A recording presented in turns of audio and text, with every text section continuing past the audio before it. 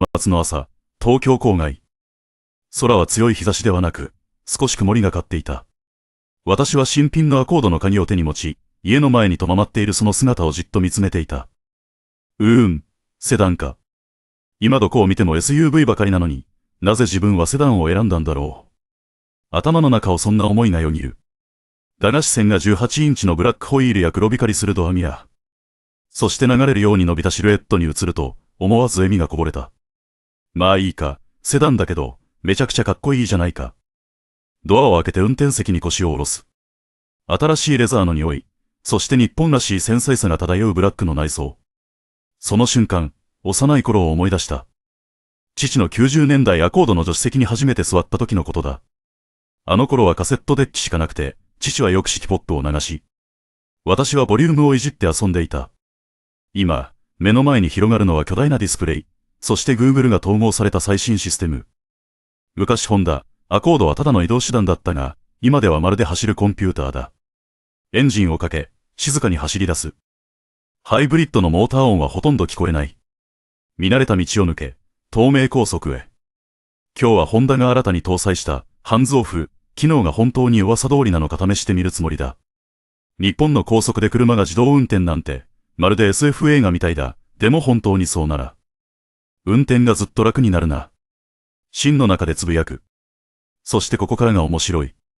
高速に合流すると、頭に浮かんだのは最近クラウン、クロスを買った兄貴分のことだった。彼はよく私をからかう。セダンはもう終わった。SUV こそ至高だ。私はただ笑って受け流したが、今日は違う。セダンがまだまだ健在だと証明したい。そしてアコード、特に HEV、ホンダセンシング360足すは、彼の SUV には到底できないことをやってのけるはずだ。ハンドルを握り直し、心の中でつぶやく。よし、今日はアコードとの本当のデートだ。このセダンがまだ自分をうならせるものを持っているか確かめてやろう。こうしてドライブが始まった。これはただの試乗ではなく、車との対話であり、過去と現在。そしてノスタルジーと未来のテクノロジーをつなぐ旅だった。ホンダ、アコードといえば、日本でも世界でも多くの人がうなずくはずだ。ああ、国民的セダンねと。実際その通りだ。1976年に初代が登場し、今や第11世代。40年以上の歴史の中で、ただのミドルクラスセダンから、日本らしい信頼性とスタンダードを象徴する存在へと成長した。子供の頃、家族で遠出するたびに、東名や中央高速で何台ものアコードが列をなして走っている光景をよく目にした。まるで誰もがそれを信頼しているかのようだった。当時の日本のセダンは、広くて快適で、壊れにくい、安全な選択肢だった。今でも長い年月を経て、SUV が市場を席巻する中、アコードは生き残っている。それがまた面白い。正直に言えば、日本市場でセダンはもう王者ではない。多くの人が SUV を好む。車高が高くて、荷物も積みやすく、家族連れに便利だからだ。それでもアコードが販売され続けているのは、一定の忠実なファンがいるからだ。彼らはその上品さと落ち着きを好み、セダンにこだわりを持つ人たちだ。私の知っている中にも、若い頃からアコードに乗り続け、定年後も新しいアコードを選ぶ人がいる。本当に人生の相棒と呼ぶにふさわしい存在だ。2025年に入り、アコードは新しいアップグレードを受けた。それが、HEV、ホンダセンシング360足す。だ。これは単なる外観にちょっとしたアクセントを加えた仕様ではない。大きな転機とも言える。ホンダが量産モデルとして初めて、ハンズオフ、運転支援機能を導入したのだ。この機能は言葉にすれば簡単。ハンドルから手を離しても走り続ける。だが、実際には大きな進歩である。面白いのは、アコードが単なる伝統的なセダンにとどまらず、一般ユーザー向けに最先端の技術を先陣を切って搭載したことだ。例えて言うなら、40代を過ぎたきちんとした友人が、ある日突然最新の折りたたみスマホを取り出してこういうようなものだ。ほら、ちゃんと時代についてきてるよ。伝統とモダンの融合である。心の中で思った。セダンは日本であとどれくらい生き残れるのだろう。だが新しいアコードを運転してみると、答えはすぐに見つかった。セダンは消えるのではなく、進化して適応していくのだ。そしてアコードこそその最良の例だ。クラシックな滑らかさを保ちながらも、新しいテクノロジーをまとうことで、人々に再び注目させている。初めて新しいアコードを横浜のホンダディーラーの駐車場で見たとき、私はしばし立ち尽くした。正直、心の中で思った。本当にこれがセダンなのか、なんでこんなにかっこいいんだ。ボディは長く堂々としているが、決して老けて見えない。フロントはミニマルで整然としたデザイン、ラインは滑らかで。ヘッドライトは鋭く細く、まるでクールなアニメキャラクターの目のようだった。グリルはドイツ車のように大げさに威圧するものではなく、適度な大きさで、これぞホンダという存在感を放っている。近づいてみると、パールホワイトの塗装が光を反射し、柔らかな日差しの下できらめいていた。華やかさというより、日本的な上品さと繊細さが漂っていた。ホンダセンシング360足す、仕様で特に気に入ったのはブラックのアクセントだ。ブラックに塗られたドアミラーや18インチのベルリナブラックホイール。遠目に見ると、黒いスーツに白いネクタイを締めたアコードのようで、知的でありながらどこかワイルドさを隠し持っている。昼間はオフィスで働くサラリーマンが、夜になると革ジャンに着替えて大型バイクにまたがる。そんなイメージだ。先代に比べて新型アコードは無駄を削ぎ落とし、より洗練されている。リアは流れるように伸び、LED のテールランプがモダンさと安心感を同時に与えてくれる。東京から川崎まで友人を乗せて行った時のことを思い出す。駅で降りた彼が一言つぶやいた。このセダン、クーペみたいじゃないか。私は笑って返した。アコードだよ。でも今回はちょっと違うんだ。新しいアコードのデザインの良さはバランスにある。SUV のようにゴツゴツもしていないし、ただの送り迎え用セダンのように退屈でもない。その中間に立ち、セダンを愛し続けたい人にこれならまだ乗りたいと思わせる橋渡しのような存在なのだ。昔のアコードは父が家族を乗せて箱根に夏休み旅行へ連れて行く車だった。今のアコードは、僕がお台場へデートに行くときに乗っても自信を持てる車だ。そして日本の住まいが色では、アコードのように長いセダンは取り回しが不安に思われがちだ。だが実際にその姿を目にすると、不思議なほどスッキリしていて軽快さすら感じる。それこそがホンダ流デザインの妙なのだろう。やりすぎず。それでいてみれば見るほどしっくりと馴染む。新しいアコードの室内に足を踏み入れた瞬間。私はまるで賑やかな街角から静かな日本のカフェに入ったような気持ちになった。すべてが落ち着いていて、整然としている。そしてそこには、昔からのホンダらしい匂い、安心感と親しみやすさがありながら、今回は少しクールで現代的な雰囲気が加わっていた。ホンダセンシング360足すには、ブラック基調とホワイト基調の2つのインテリアスタイルがある。ホワイトは真っ白で、渋谷のミニマルな日本式マンションに入ったような雰囲気だ。私が体験したのはブラックトーンの方だった。シートは柔らかいレザーで、ステッチも丁寧に仕上げられている。肘掛けに手を置くと、滑らかでありながらしっかりとした感触があり、一部の高級車に見られるようなテカテカしたレザーとは明らかに違った。運転席に座り、電動ステアリングを調整する。その瞬間、記憶が蘇った。子供の頃、父の90年代アコードの助手席に座っていた時のことだ。ダッシュボードはすべて物理ボタンで、カセットラジオはじりじりと音を立てていた。父はよく安全地帯の曲を流し、私はボリュームをいじって遊んでいた。今、目の前にあるのは巨大なセンターディスプレイで、Google が統合されている。昔はホンダ、アコードはただ、走るだけ、の車だったが、今では道案内も、近くのラーメン屋探しも、Spotify で音楽を流すこともできる。日本では、快適さはボタンの多さや派手さではなく、繊細さにある。そしてアコードはそれをうまく表現している。配置はすっきりして見やすく、ドイツ車に乗った時のような圧倒される感じはない。アコードは違う。静かにどうぞ座ってくださいと招き入れ、少しずつ発見させてくれるのだ。オーディオも評価できる。高速に出た時、私は山下達郎の曲をかけてみた。低音はしっかりしていて、高音は耳に刺さらず心地よい。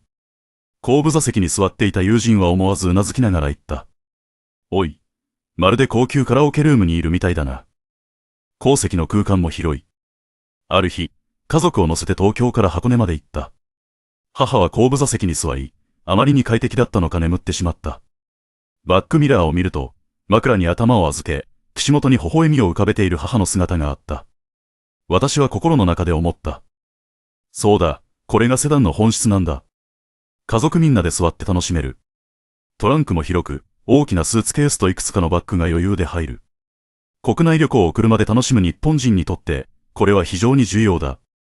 以前比較したことがある。アコードは4人分の週末旅行の荷物を楽に乗せられたが、友人のシビック、ハッチバックはスーツケースを斜めに入れなければならず、トランクを閉めるときにドンと音を立ててやっと閉まった。アコードの室内で私は思った。これはレクサス LS のような贅沢さではない。でも十分な繊細さがある。まるで東京の小さなマンションのように賢くレイアウトされていて、すべてがちょうどよく、快適で自然と笑顔になる。正直、ホンダが高速でのハンズオフ機能を紹介したとき、半信半疑だった。車が自動で走る。まあ、テスラにはあるし、ドイツ車も大々的に宣伝している。でも実直なホンダがそんな大げさなことをするのか、そう思っていた。だがアコードは忘れられない体験を私に与えてくれた。その朝、東名高速に合流した。時速 80km で安定した頃、ディスプレイに緑のアイコンが点灯し、ホンダセンシング360+が作動可能であることを示した。私はそっと両手をハンドルから離した。心臓はドキドキ。本当に大丈夫か。それでも車はしっかり車線をキープし、自信を持って走り続けた。私は思わず一人で笑ってしまった。本当にハンドルを握らなくても走るんだ。主な機能。車線維持と自動車間距離調整。前に車がいなければ設定速度で巡航。車がいれば自動で安全距離を保つ。その時、トヨタ、クラウンが前に割り込んできたが、アコードはすぐに減速。急でもなく、ぎこちなくもない。私は思った。まるで経験豊富なベテランドライバーのように落ち着いている。カーブ全減速とマップ連動。御殿場付近、高速は長いカーブが続く。普段なら自分で減速するが、今回はアコードが高精度地図と GNSS を読み取り、事前にアクセルを緩めた。車は安定してカーブを曲がり、揺れることもない。私はハンドルが自然に回るのを見て心の中でつぶやいた。君の方が僕より上手いじゃないか。合流サポート。右から車が合流してきた時が一番驚いた。アコードはセンサーでそれを検知し、自動で減速して譲った。私はただ観察していただけで、まるで自分の車に同乗している乗客のようだった。不安でもあり、同時に面白くもあった。車線変更の提案。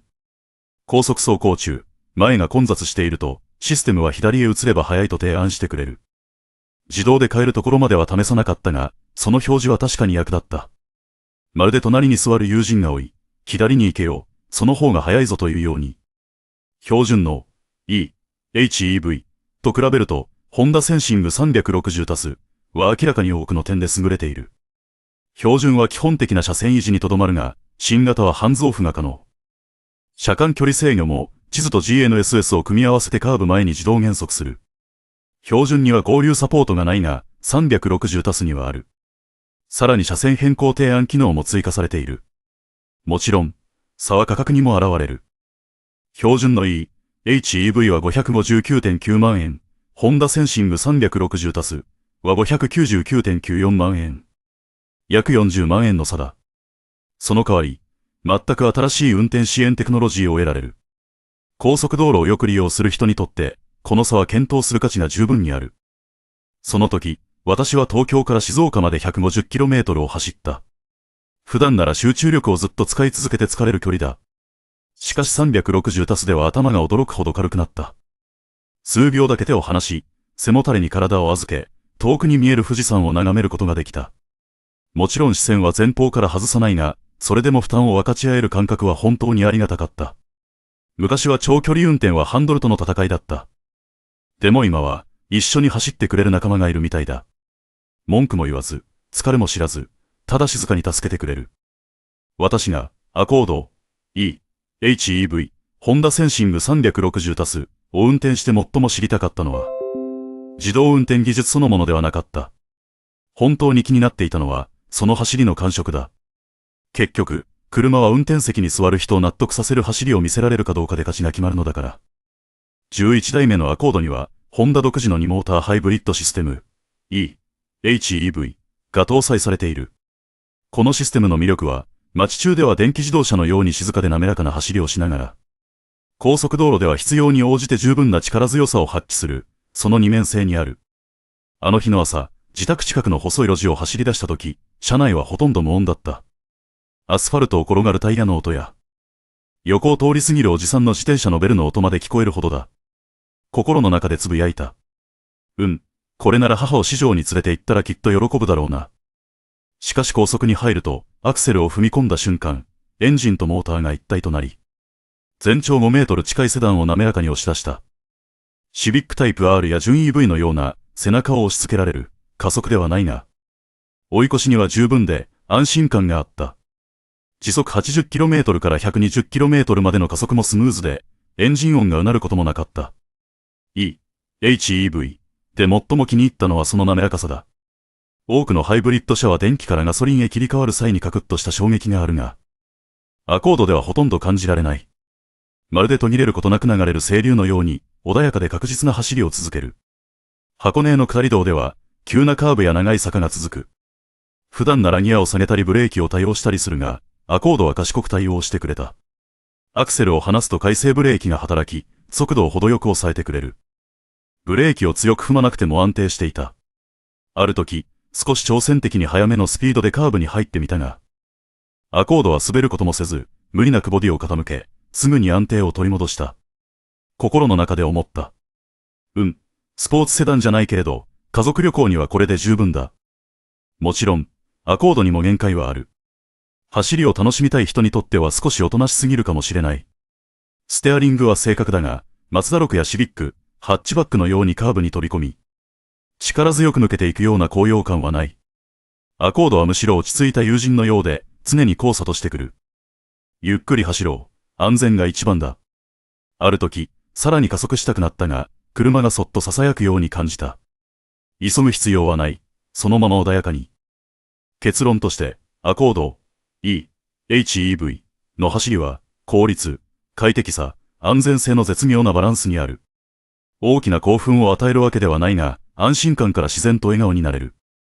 日本の高速道路での長距離ドライブにおいて、多くの人が求めるのはまさにこの安心感なのだ。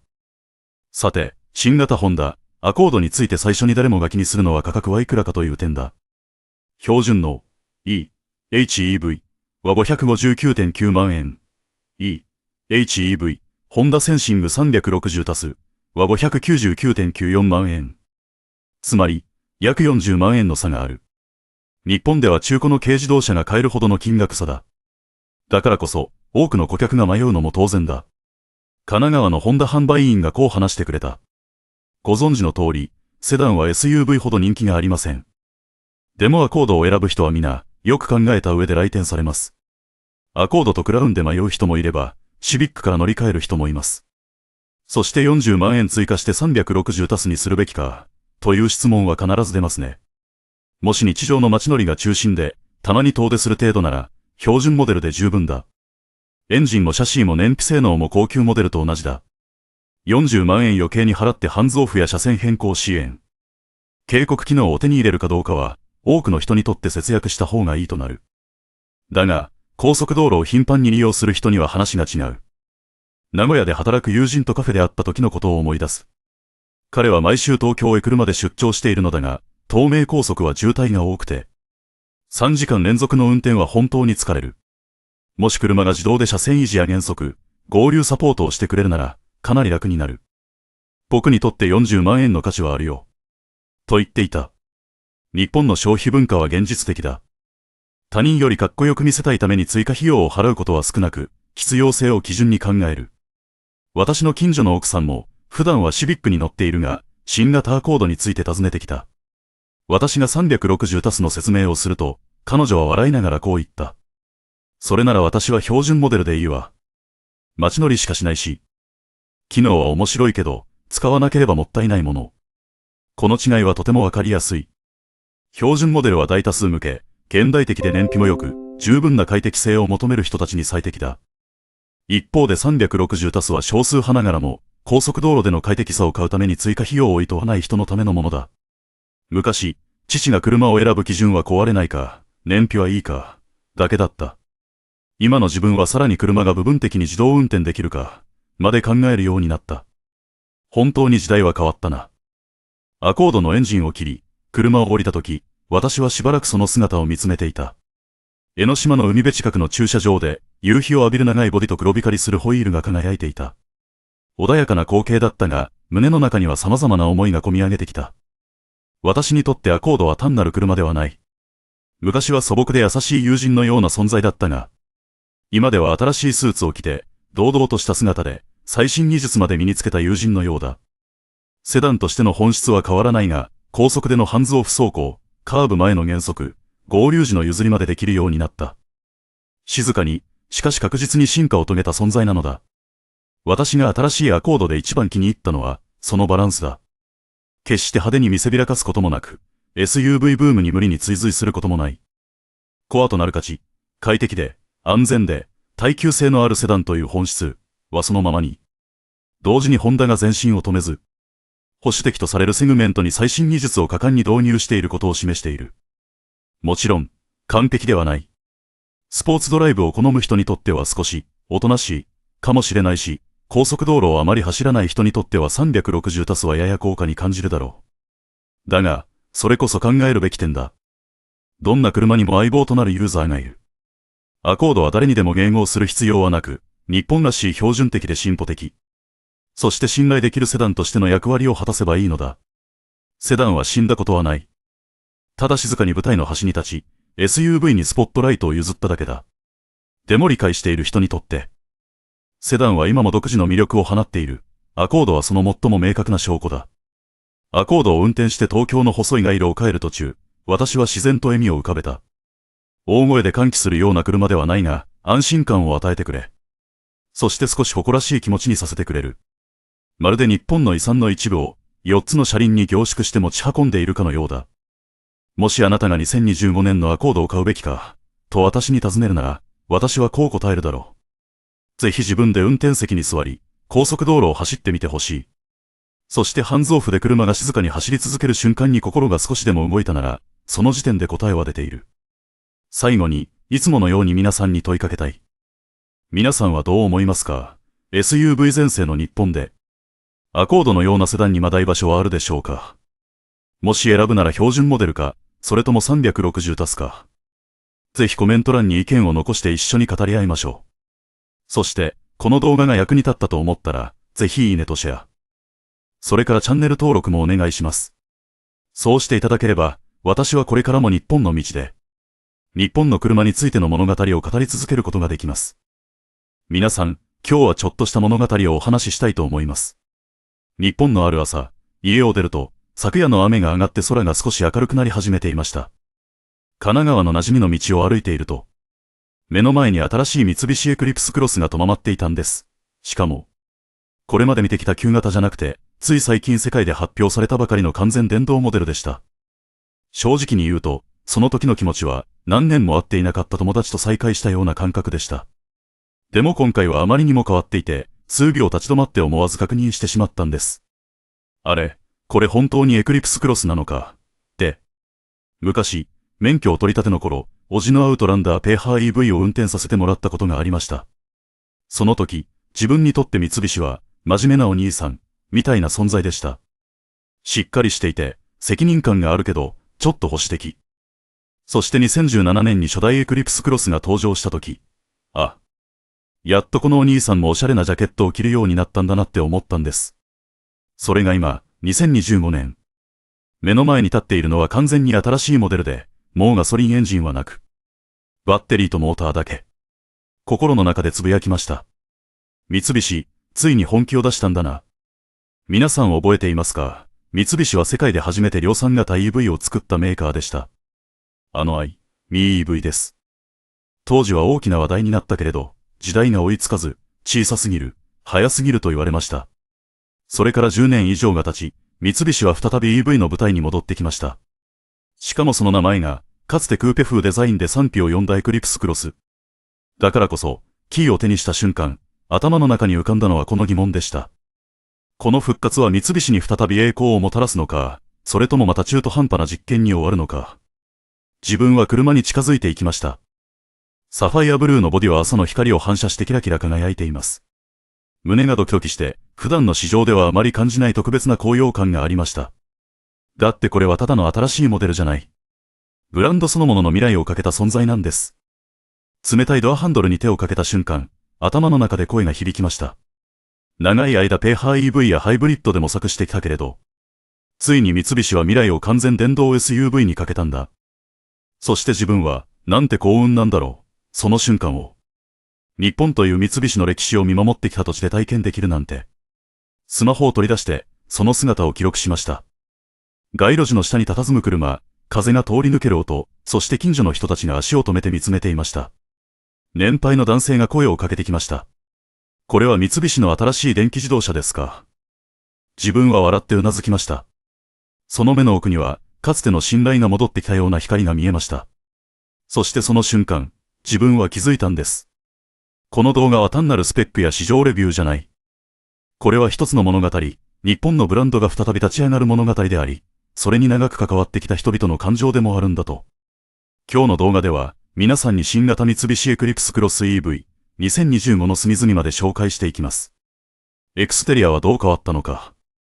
車内に入った時の感覚は、日本の道路での走り心地はどんなものか。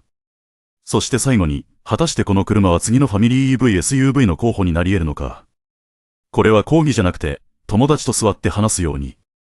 自分が数日間どもに過ごした車の物語を語るつもりです。印象的な第一印象。今でも鮮明に覚えています。あの早朝、渋谷駅を出た瞬間、路肩に止まっていたエクリプスクロス EV を見た時のこと。正直に言うと、以前のエクリプスクロスは自分の心を強く揺さぶる存在ではありませんでした。アウトランダーと RVR の中間で、クーペ風 SUV という中途半端な立ち位置。まるでヒーローにもなりきれず、脇役にもなりきれない存在。でも今回は違った。新世代のダイナミックシールドを見た瞬間、数秒立ち止まってしまったんです。フロントは盾のように力強いのに、ただ硬いだけじゃなく、柔らかさとシャープさが同居している。中央には立体的なハニカムグリル。朝の光を浴びて未来的で、どこか SF 映画のよう。頭の中で自然とつぶやいていました。これは確かに三菱だ。でも、もう自分が知っていた三菱じゃない。フロントからの眺め。実際、正面から見ると横幅が広くて安定感がある。デイタイムランプは鋭いラインを描き、まるで戦いに臨む侍の目のよう。もし新型アウトランダーを見たことがある人ならデザイン言語の共通点に気づくだろう。でもエクリプスクロスでは、それをもっと軽やかに、若々しく仕上げている。驚いたのは、この車は C セグメントの SUV、つまりコンパクトサイズなのに。フロントの処理のおかげで、まるでヨーロッパの大型 SUV のような存在感を放っていること。ふと頭に浮かんだ疑問。もしかして三菱は、このエクリプスクロスでドイツ車に正面から挑もうとしているんじゃないか。リアと安定感。後ろに回ると、前モデルからの大きな変化がはっきりわかる。賛否両論あった分割式のテールランプはなくなり、今回は横一文字に伸びるライトを採用。モダンでありながら、実際以上に車幅が広く見える。その下には六角形、ヘキサゴンのモチーフ。まるで三菱のサインのようで、コンセプトカーのデザインを思い出させる。午後の東京の光が差し込むと、リアはまるでプレミアムカーのように輝いていた。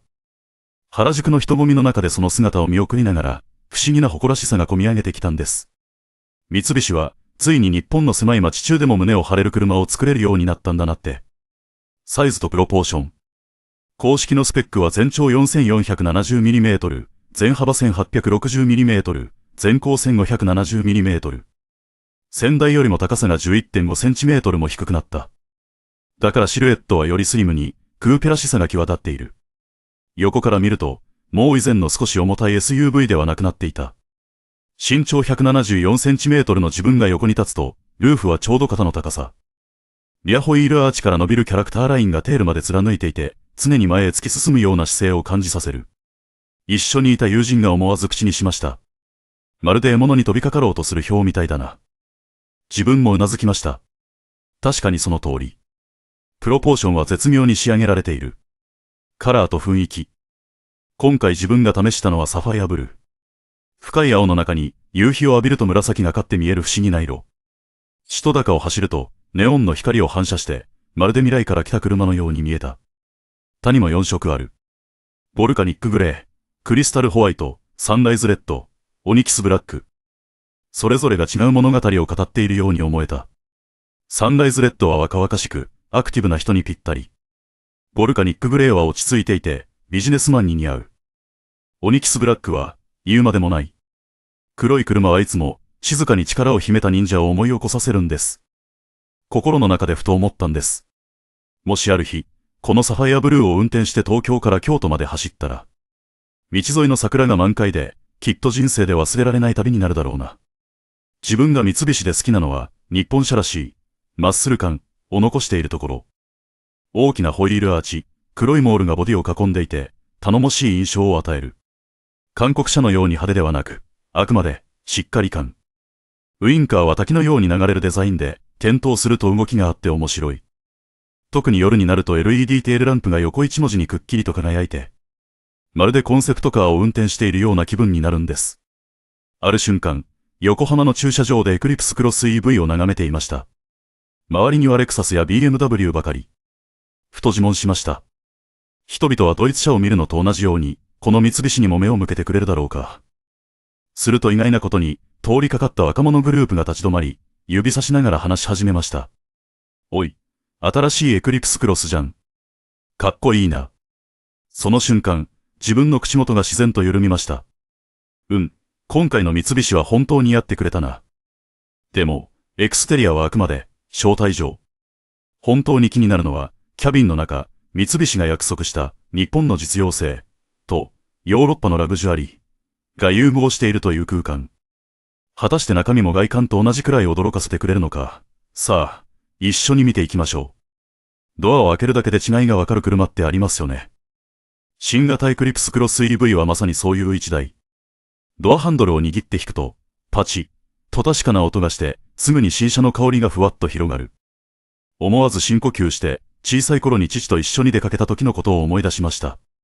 あのレザーの匂い、子供の自分にとっては遠足前のようなワクワクを連れてくる香りだった。目の前のキャビンは、これまでの三菱とはまるで別物。ドライバーを包み込むようで、洗練されているのに決してやりすぎない。日本人が作るなら徹底的に丁寧に作る、まさにそんな仕上がりでした。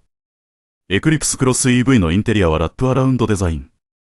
運転席に座ると、インパネが自分に向かって優しく湾曲し、スイッチ類はすべて手の届くところにある。無理に手を伸ばす必要がない。驚いたのは素材の組み合わせ。肘を置く部分は柔らかいレザー、縫い目もしっかりしている。センターパネルには金属調のウッド調パネルがあり、派手すぎないのに上品なアクセントになっている。助手席に座った友人が思わず笑いました。おい、もう昔みたいに、安っぽい三菱、じゃないな。自分はうなずきながら、胸の奥に小さな誇らしさが広がるのを感じました。でも、一番のハイライトはやっぱりパノラミックガラスルーフ。電気調光フィルムが仕込まれていて、ボタン一つで透き通った状態からスモークに変わるんです。自分はすぐに試してみました。真昼の東京高速道路、強い日差しが差し込む中。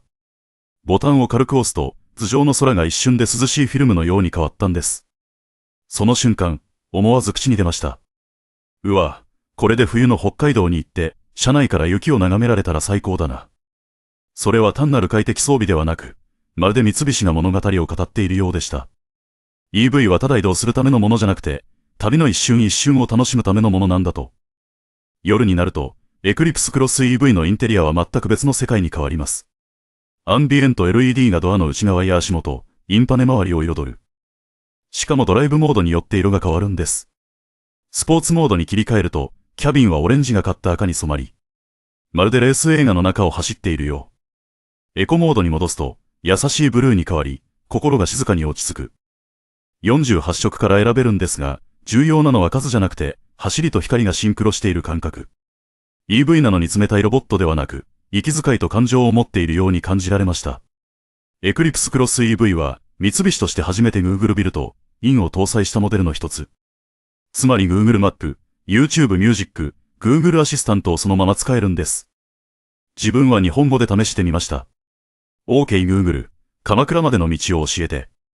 するとすぐに地図が表示されて、海沿い道路の渋滞状況まで映し出された。便利すぎて思わず笑ってしまいました。もうスマホをつなぐ必要なんてないな。面白いのは、日本語の音声案内が驚くほど自然で、まるでラジオで天気予報を聞いていた子供の頃を思い出したこと。違うのは、今はその声がカーブの一つ一つ、走行距離の一本一本に寄り添っているということ。運転席は8方向の電動調整、ポジションメモリー付き。シートのホールド感も程よい。身長174センチメートルの自分には余裕で快適、180センチメートル近い友人でも頭が当たらない。ルーフが先代より低いのに、このスペースは見事。後部座席はこのクラスで一番広いわけではないけれど、リクライニングがちょうどよく、長時間でも疲れにくい。面白いのは、走りが静かすぎて友人がいつの間にか眠ってしまったこと。心の中でつぶやきました。騒がしい高速道路で、後ろの人を熟睡させられる EV なら、三菱は確かに正解を出したんだ。充電用 USB ポートも十分にあり、ワイヤレス充電にも対応。オーディオはまだじっくり試せていないけれど。ポップをかけてみたら音が温かく広がり、全然割れない。特に気に入ったのは、手に馴染む3本スポークのレザーステアリング。ヒーター付きで、日本の冬にはこれだけで心強い。こうした小さな工夫の積み重ねが、派手さ、ではなく、日本らしい上品な落ち着きを作っている。まるで京都の町屋にいるようで、シンプルなのにずっといたくなる空間でした。キャビンの中から外を見ると、新幹線が目の前を駆け抜けていく。その瞬間、思ったんです。昔、三菱は鉄道を作り、飛行機も作っていた。今、その歴史をこの小さなキャビンに詰め込み、EV として蘇らせたんだ。そして自分のような普通の人間が、その瞬間に触れられている。不思議だけど、本当に幸せだ。インテリアは十分に驚かせてくれた。でも車は、ただ座って眺めるためのものじゃない。本当の価値は、走り、にある。モーター、バッテリー、加速性能、このエクリプスクロス EV は、ライバルに対抗できるのか。その答えは次のパートでお話しします。キャビンに座っただけで十分に感動しましたが、一台の車を評価するなら、やっぱりスペックは外せません。数字を聞くと退屈に思う人もいるかもしれませんが、ここでは一つの物語として聞いてください。C セグメント SUV である三菱が、どれほど大人になったのかという物語を。まずサイズから。2025年型エクリプスクロス EV の寸法は、全長 4470mm。全幅 1860mm。全高 1570mm。2020年モデルと比べると少し短くなり、幅は広がり、高さは低くなった。その結果、シルエットが一気にスポーティになったんです。以前のモデルに乗った時は、クーペになりたい SUV のような中途半端さを感じたこともありました。でも今は全体が引き締まり、バランスが良く、本当にヨーロッパのクーペ SUV のよう。頭の中でふと考えました。トヨタビズイオン X と比べれば小回りが効いて街乗りに便利。でも HYUNDA イオニック5と比べると、よりスポーティでマッスル感があるな。最初に登場するのはロングレンジ仕様。モーターの出力は217馬力、トルクは300ノルマル M。ガソリン車に慣れている人なら、217馬力と聞いて、普通じゃない、と思うかもしれません。でも EV は違う、トルクが瞬時に出るんです。アクセルを踏み込むと、ターボを待つ必要もなく、エンジン音を轟かせる必要もなく、一気に車体が前に飛び出す。100km 毎時加速を試したら約 8.4 秒。数字だけ見れば速すぎるわけではないけれど、実際の体感はもっと強烈。背中がシートに押し付けられる感覚があるんです。おそらく電気ならではの瞬時の力が効いているからでしょう。心の中でつぶやきました。昔なら、このクラスの SUV で8秒を切るには 2.0L ターボが必要だったはず。それを今や電動モーターだけで、しかももっとスムーズに実現している。さすが三菱。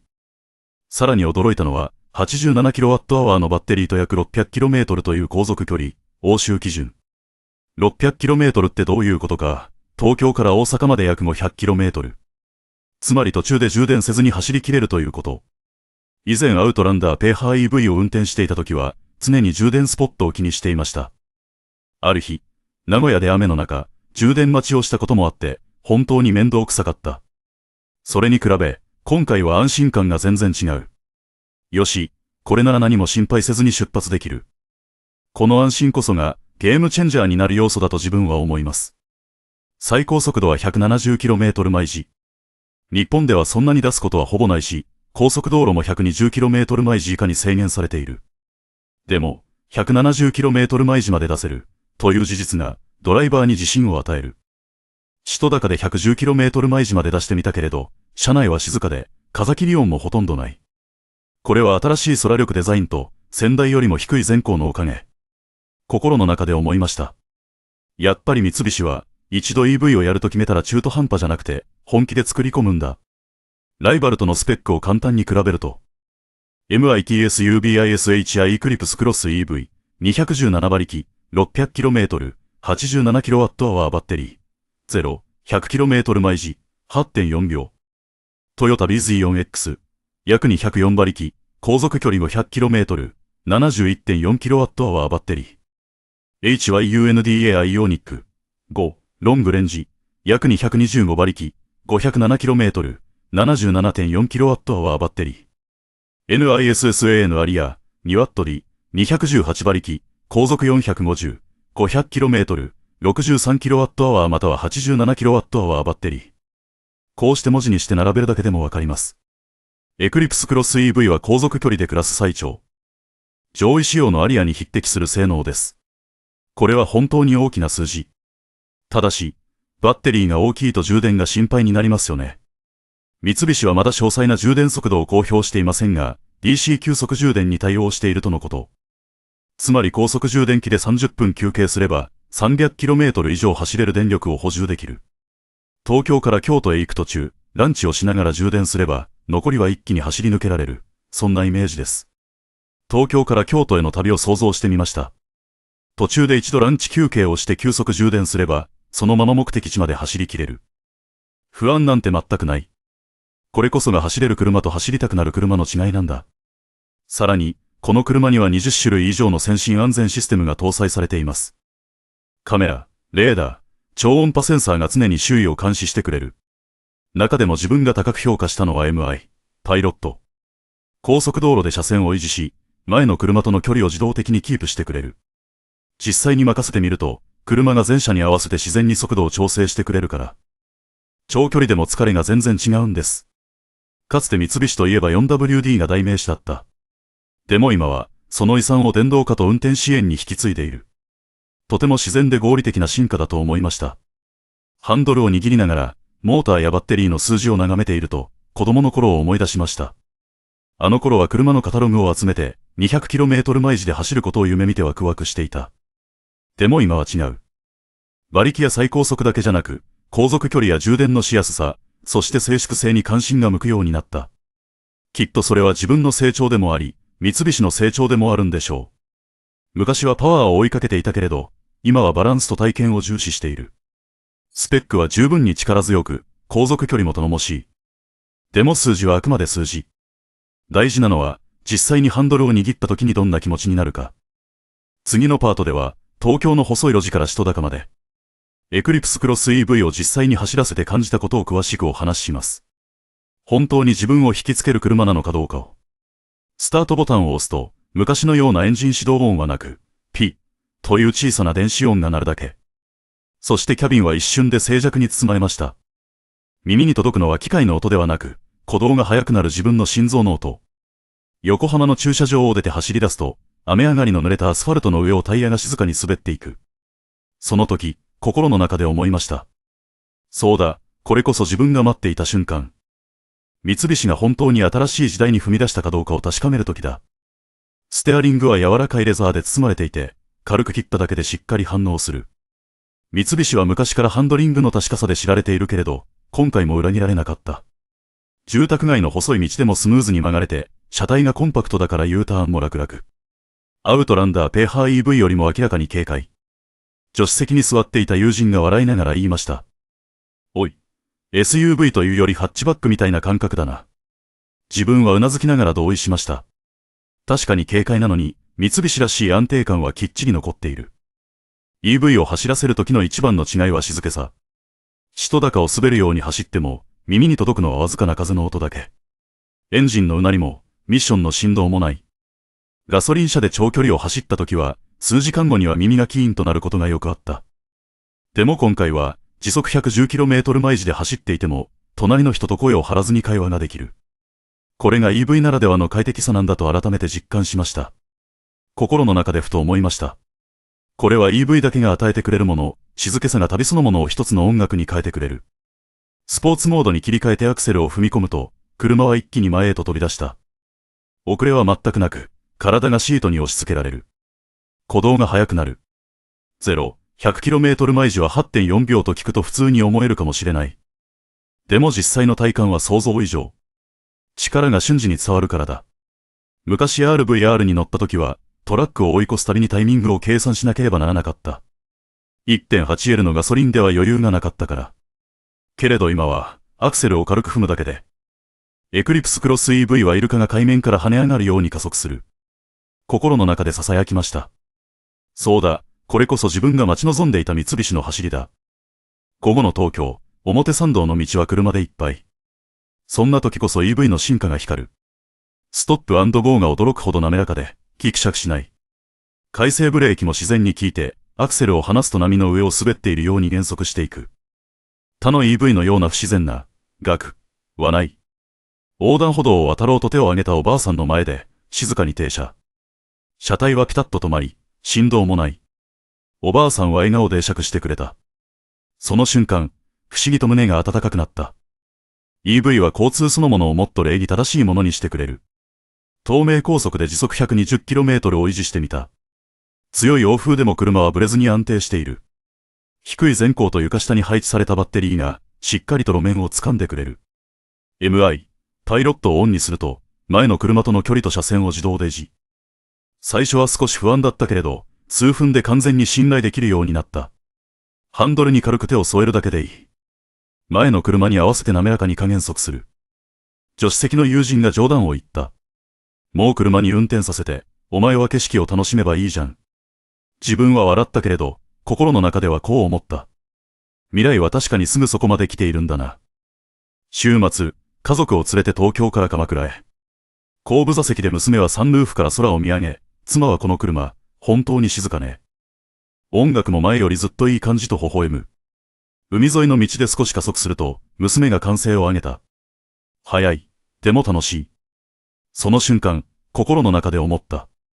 そうだ、車はドライバーを満足させるためだけのものじゃない。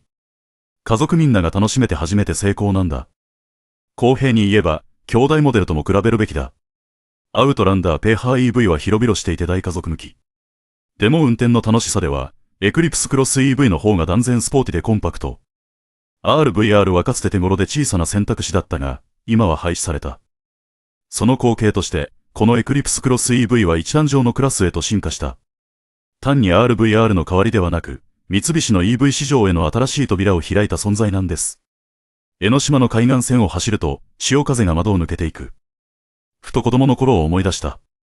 父が古いパジェロを運転していた。あの時はエンジン音が轟き、車内は騒がしかった。でも今は違う。自分がハンドルを握り、完全な EV の三菱に乗っている。波の音まで聞こえるほど静かに。胸が熱くなり、思わず喉が詰まった。そうか、これこそ世代を超えた継承なんだ。同じ三菱でも、車は変わり、思い出は続いていく。ドライブ体験だけで十分に笑顔になれた。でも安全も同じくらい大事だ。守られていると実感できて初めて、心から旅を楽しめる。次のパートでは、エクリプスクロス EV に搭載された先進安全技術と運転支援システムについて詳しく語ります。新しい EV に乗るとき、パワーやデザインに最初は心を奪われる。でも、信頼できる相棒になるために本当に必要なのは安全性。自分はいつも思うんです。車は速くても、美しくても、もし安全でなければ全部無意味だと。そして今回のエクリプスクロス EV は、その部分で予想を超えてきた。数字ではなく、実際に体験した安心感で。三菱はこの車に パイロットという高速道路用の運転支援システムを搭載しています。首都高速で試してみると、前の車との車間を自動でキープし、速度を滑らかに調整。何よりも車線維持がとても正確。ハンドルから軽く手を離して、もちろん安全のために手は添えたまま。まるで、見えない副操縦士が隣にいるような感覚になりました。他のシステムでありがちなガクガク感や不安定さはなく、動きはとても自然。まるで地下鉄に乗っているかのように安定していました。心の中で思いました。これが、日本のドライバーが少しずつ車を信頼し始める第一歩なのかもしれない。この車には全部で20種類もの ADAS、先進運転支援システムが備わっています。その中で実際に体験したものをいくつか。交代時クロストラフィックアラート、新宿の駐車場からバックして出るとき、自転車が横から飛び出してきました。すぐに警告音が鳴り、ブレーキが自動で作動。もしなかったら軽い事故になっていたかもしれません。ブラインドスポット警告、東名高速で車線変更しようとした瞬間、ドアミラーに警告ランプが点灯し、ピッ、という音。ちょうど死角に黒いセダンがいたんです。まるで隣で友達が気をつけろよと声をかけてくれるようでした。道路標識認識、横浜へ帰る途中、HUD に50という数字が表示されました。速度制限の標識を通過した直後です。会話に夢中で見逃すことが多いのですが、これのおかげで速度に気を配るようになりました。エクリプスクロス EV はカメラ、レーダー、超音波センサーを組み合わせて360度を監視します。鎌倉の細い路地に入った時、モニターに360、ビューが表示され、縁石ギリギリまで安心して寄せることができました。日本の道は狭いので、この機能は本当にありがたい。心の中で思いました。昔、父がパジェロを運転していた時は、窓から顔を出して縁石を確認していたのに、今は画面を見るだけで十分だ。テクノロジーは本当に運転を楽にしてくれる。忘れられない出来事もありました。上野公園近くの交差点を走っていた時、子供が突然飛び出してきたんです。反応する前に、車が警告音を鳴らし、自動緊急ブレーキが作動。幸い間に合い、誰も怪我はありませんでした。心臓が締め付けられるような瞬間。もし古い車だったら、結果は違ったかもしれません。数秒間言葉を失い、ただテクノロジーに感謝しました。隣に座っていた妻が静かに言いました。この車、本当に賢いわね。これなら子供を乗せても安心できる。その言葉を聞いて、強く実感しました。安全とは自分を守るだけではなく、家族の心をも安心させることなんだと。正直に言うと、最初は車がいろいろ介入することに少し不安がありました。自分は全部自分で操作するのに慣れていたから。でも次第に気づいたんです。テクノロジーは、代わりに運転するため、ではなく、支えてくれるため、にあるのだと。それは、経験豊富な友人と一緒に運転しているような感覚。主役はあくまで自分。でも必要な時に必ずサポートしてくれる。心の中でつぶやきました。きっと子供たちの世代は、自動運転にもっと自然に慣れていくんだろうな。自分は今、その信頼を学んでいる最中なんだ。そして自分が一番気に入ったのは、三菱の控えめさ。安全技術はスムーズに働き、必要な時だけ顔を出す。そうでない時は静かに見守っている。以前試した車の中には、警告音が多すぎてイライラするものもあった。でもエクリプスクロス EV は違う。必要な時だけそっと教えてくれる。まるで日本人の友人のように、謙虚で、丁寧で、でも確実に頼れる存在。一日のドライブを終えてエンジンを切り、キャビンでふと考えました。子供を守るために車が自動でブレーキを踏んだあの瞬間を思い出し、胸が詰まる。車は A から B に移動するだけのものじゃない。無数の命を守る存在なんだ。そしてもし一人でも救えるのなら、それだけで価値がある。安全性は十分に心を満たしてくれました。でも、完璧な車は存在しない。エクリプスクロス EV にも良いところと課題がある。次のパートでは、正直にお話しします。芯から気に入った点と、少し気になる点について。レビューで褒めることだけを言っても、真実味がなくなる。数日間エクリプスクロス EV と一緒に過ごして、自分は、お、と驚いた瞬間も、ここは、と思った瞬間もあった。そういう両方があってこそ、体験は本物になる。だからこのパートでは正直に話したい。自分が感動した強みと、三菱に改善してほしい弱点について。強み。デザインの変貌。外観がまず一番最初に目を奪ったのは間違いない。新しいダイナミックシールド、横一文字の LED テール。低くてワイドなクーペ風のボディ、そのすべてが、エクリプスクロス EV を友達に見せたくなる SUV にしている。東京の街中でも多くの人が立ち止まって声をかけてきた。デザインの成功を証明する瞬間だった。かつて古臭いと批判された三菱が今や日本らしさと国際感覚を兼ね備えた一台を作り上げたんだ。心の中で思った。そうだ、日本車は保守的である必要なんてない。現代的に美しくあれるんだ。航続距離とバッテリー。87kWh のバッテリーで航続距離は約 600km。これは大きなアドバンテージ。トヨタ BZ4X や HYUNDA アイオニック5と比べても、エクリプスクロス EV の方が粘り強い。これは単なる数字じゃない。運転中の心理そのものを変えてくれる。以前はペーハー EV や中距離 EV だと常に充電スポットを気にしなければならなかった。でも今回、東京から京都まで余裕で一気に行ける、とわかる。その安心感は 5000mAh のスマホを持っているようなもの。モバイルバッテリーが不要で電池残量を気にせずに使える。時にはスピード以上に、この安心こそが重要なんだ。走行体験。EV だから静かなのは当然。でもエクリプスクロス EV は三菱らしい安定感を持っている。ステアリングの感触はちょうどよく、操作は正確。床下バッテリーによる低重心で車体はしっかり路面をつかむ。高速でトラックを追い越したとき、アクセルを軽く踏むだけで車はスッと加速。驚くような派手さではなく、滑らかで力強い動き。心の中でつぶやいた。これは三菱のラリーの遺産と EV 技術の融合なのかもしれない。インテリアと快適性。キャビンは必要十分に広く、素材もアップグレード。調光機能付きパノラマルーフと48色のアンビエントライトがモダンさを演出。Google が標準搭載されているので、スマホをつなぐ必要もない。娘はサンルーフの明るさを切り替えるのに夢中。妻はシートが快適で、エアコンも静かで気持ちいいと笑顔。家族全員が満足すれば、それが一番の答え。自分にとって最大の魅力は、日本的な丁寧さ。ドイツ車のような贅沢さでも、韓国車のような派手さでもなく、必要十分な洗練さ。安全技術。20種類の ADAS。ブラインドスポット警告、緊急ブレーキ、MI、パイロット、すべて安定して作動し、煩わしさもない。上野で子供が飛び出してきたとき、自動ブレーキが命を守った。あれは単なる技術じゃない。一人の命を救った瞬間だった。心の中でつぶやいた。これこそが車の本当の価値だ。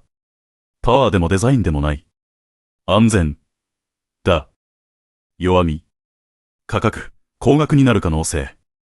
この動画を撮っている時点で、三菱は価格を正式に発表していない。でも 87kWh バッテリーと豊富な装備を考えると、安いはずがない。もし500万円、約3万5千ドルを超えたら、イオニック、ゴエアリアと真っ向勝負になる。日本市場ではトヨタや NISSAN が強い。価格次第では苦戦するだろう。心の中でボソッと言った。三菱、どうか強気すぎる価格設定で自分の足を引っ張らないでくれ。後部座席の広さ。全体としては十分なキャビンだけど、後部座席はベストとは言えない。身長 180cm を超える人なら、頭が少し天井に当たる。リクライニングもできるが、長距離ではあと少し欲しい。家族で鎌倉に行った時、娘はぐっすり寝ていたけれど、妻がこう言った。あともう少し倒れれば完璧なんだけどね。小さな声かもしれないけど、改善のヒントにはなるはずだ。インターフェースのカスタマイズ性。Google 搭載は便利だけれど、UI 自体はあまりカスタマイズできない。例えばセンターディスプレイのレイアウトを自分好みに変えることはできない。自分には十分でも、テック好きの友人はちょっと単調だねと。心の中で思った。せっかく48色のアンビエントライトがあるのに、ダッシュボードもカスタマイズできればいいのに。充電インフラの不透明さ。大容量バッテリーと長距離走下り性能は魅力的。でも重要なのは、充電ネットワーク。日本でも急速充電器は増えたけれど、まだガソリンスタンドほどの安心感はない。だからこそ三菱はもっと積極的にインフラ整備や提携を進めるべきだと思う。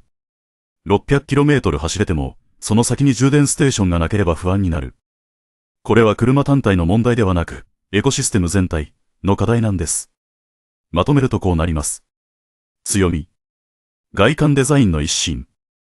87kWh バッテリーと 600km の航続距離。三菱らしい確かな走行フィール。快適なインテリアと最新テクノロジー。包括的な安全システム。弱み。価格が高くなる可能性があり、購入層を限定するかもしれない。後部座席の広さは十分とは言えない。インターフェースのカスタマイズ性が低い。充電ネットワークの発展が必要。これは現実的な姿、誇るべき長所が多い一方で、まだ磨くべき部分も残っている車です。長所と短所を書き出していると、日本の哲学、わびさびを思い出しました。完璧ではないからこその美しさ。エクリプスクロス EV もそう。完璧ではないけれど、その不完全さが逆に親しみやすさとリアルさを与えている。心の中で思いました。もし将来この車を買うことがあれば、小さな欠点くらいは受け入れられる。その代わりに得られる安全と家族の笑顔の方がずっと大切だから。さて、物語を締めくくる時が来ました。エクリプスクロス EV は単なる一台の新型車ではなく、三菱にとっての大きな節目。ではこの車が自分に残したものは何か、そして、これを見ている皆さんに何を伝えたいのか。三菱エクリプスクロス EV、2025と数日間過ごして、自分は長い旅をしたような気持ちになりました。それは日本の道路を走った距離だけでなく、三菱というブランドに対する自分自身の記憶や感情をたどる旅。初めてドアを開け、新しいインテリアの匂いを吸い込んだ瞬間。高速道路を駆け抜けた時。そして上野で子供を守るために車が自動でブレーキを踏んでくれたあの場面。すべてが一つの物語になった。そしてその物語のタイトルはこうです。三菱の復活。これはただの新しい EV ではなく、三菱からのメッセージ。EV で先駆けた私たちは、成熟した製品を持って再び皆さんと共に走り出す。崇高にまとめるとこうです。外観デザイン、モダンで若々しく、東京の街で人々が振り返るほどの存在感。インテリア、洗練され、超高パノラマルーフや48色のアンビエントライトが未来感とぬくもりを同時に演出。スペック、87kWh バッテリー、600km の航続距離、217馬力、10分に競合できる数字。走行感覚、静かで安定し、三菱らしさを感じさせる。他の EV とは一線を画す。安全性、20種類以上の ADAS、MI、パイロット、高速道路での絶対的安心感。弱点、予想価格の高さ、後部座席のスペース不足、充電ネットワークの課題。こうして見ると、欠点はあっても長所がそれを補ってあまりある。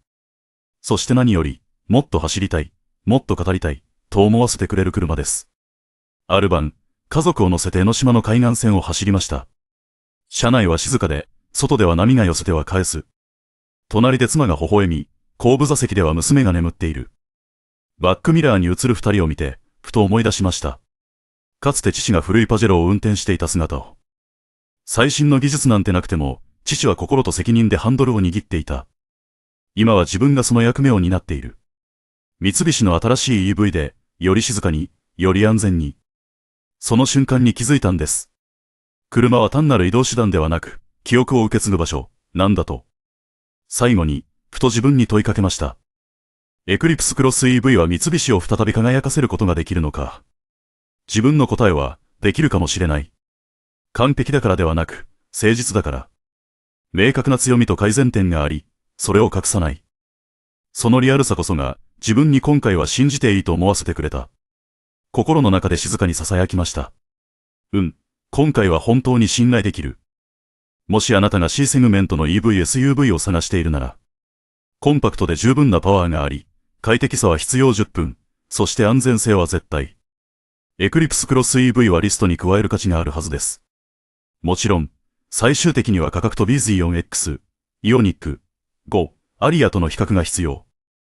でももし自分と同じように、日本の DNA を愛し、未来と過去をつなぐ車を求めているなら、この一台はきっと試す価値があります。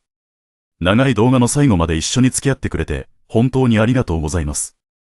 これは単なるレビューではなく、自分がどうしても伝えたかった物語、新しい時代に踏み出す日本のブランドの物語です。もしこの動画が少しでも役に立ったと思ったら、ぜひいいねとチャンネル登録、そして通知ベルをオンにしておいてください。次回もまた、三菱だけでなく、日本車、欧州車、アメリカ車、韓国車、それぞれが持つ、魂を紹介していきます。そして最後に、ぜひコメントで教えてください。あなたはどう思いますか？エクリプスクロス EV は、三菱が再び存在感を取り戻すにふさわしい車だと思いますか？皆さんの意見をぜひ聞かせてください。それでは次の動画でまた会いましょう。別の道で、別の車と共に。でも4人への情熱はいつまでも変わりません。ショールームの前を何気なく通りかかったとき、心臓がドキッとするような車に出会ったことはありませんか？あの日、私はただ雨宿りのつもりで世田谷区のホンダカーズに立ち寄っただけでした。なのに、目に飛び込んできたのはあの車。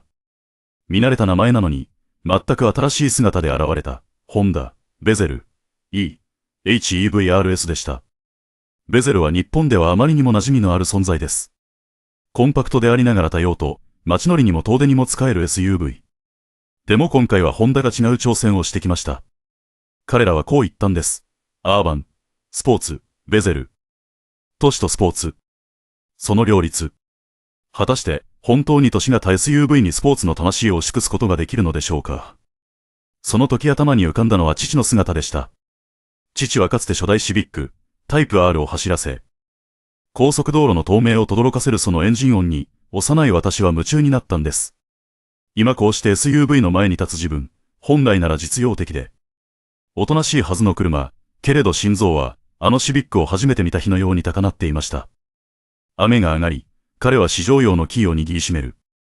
口元には半分笑み、半分疑いの表情。だから、決めたんです。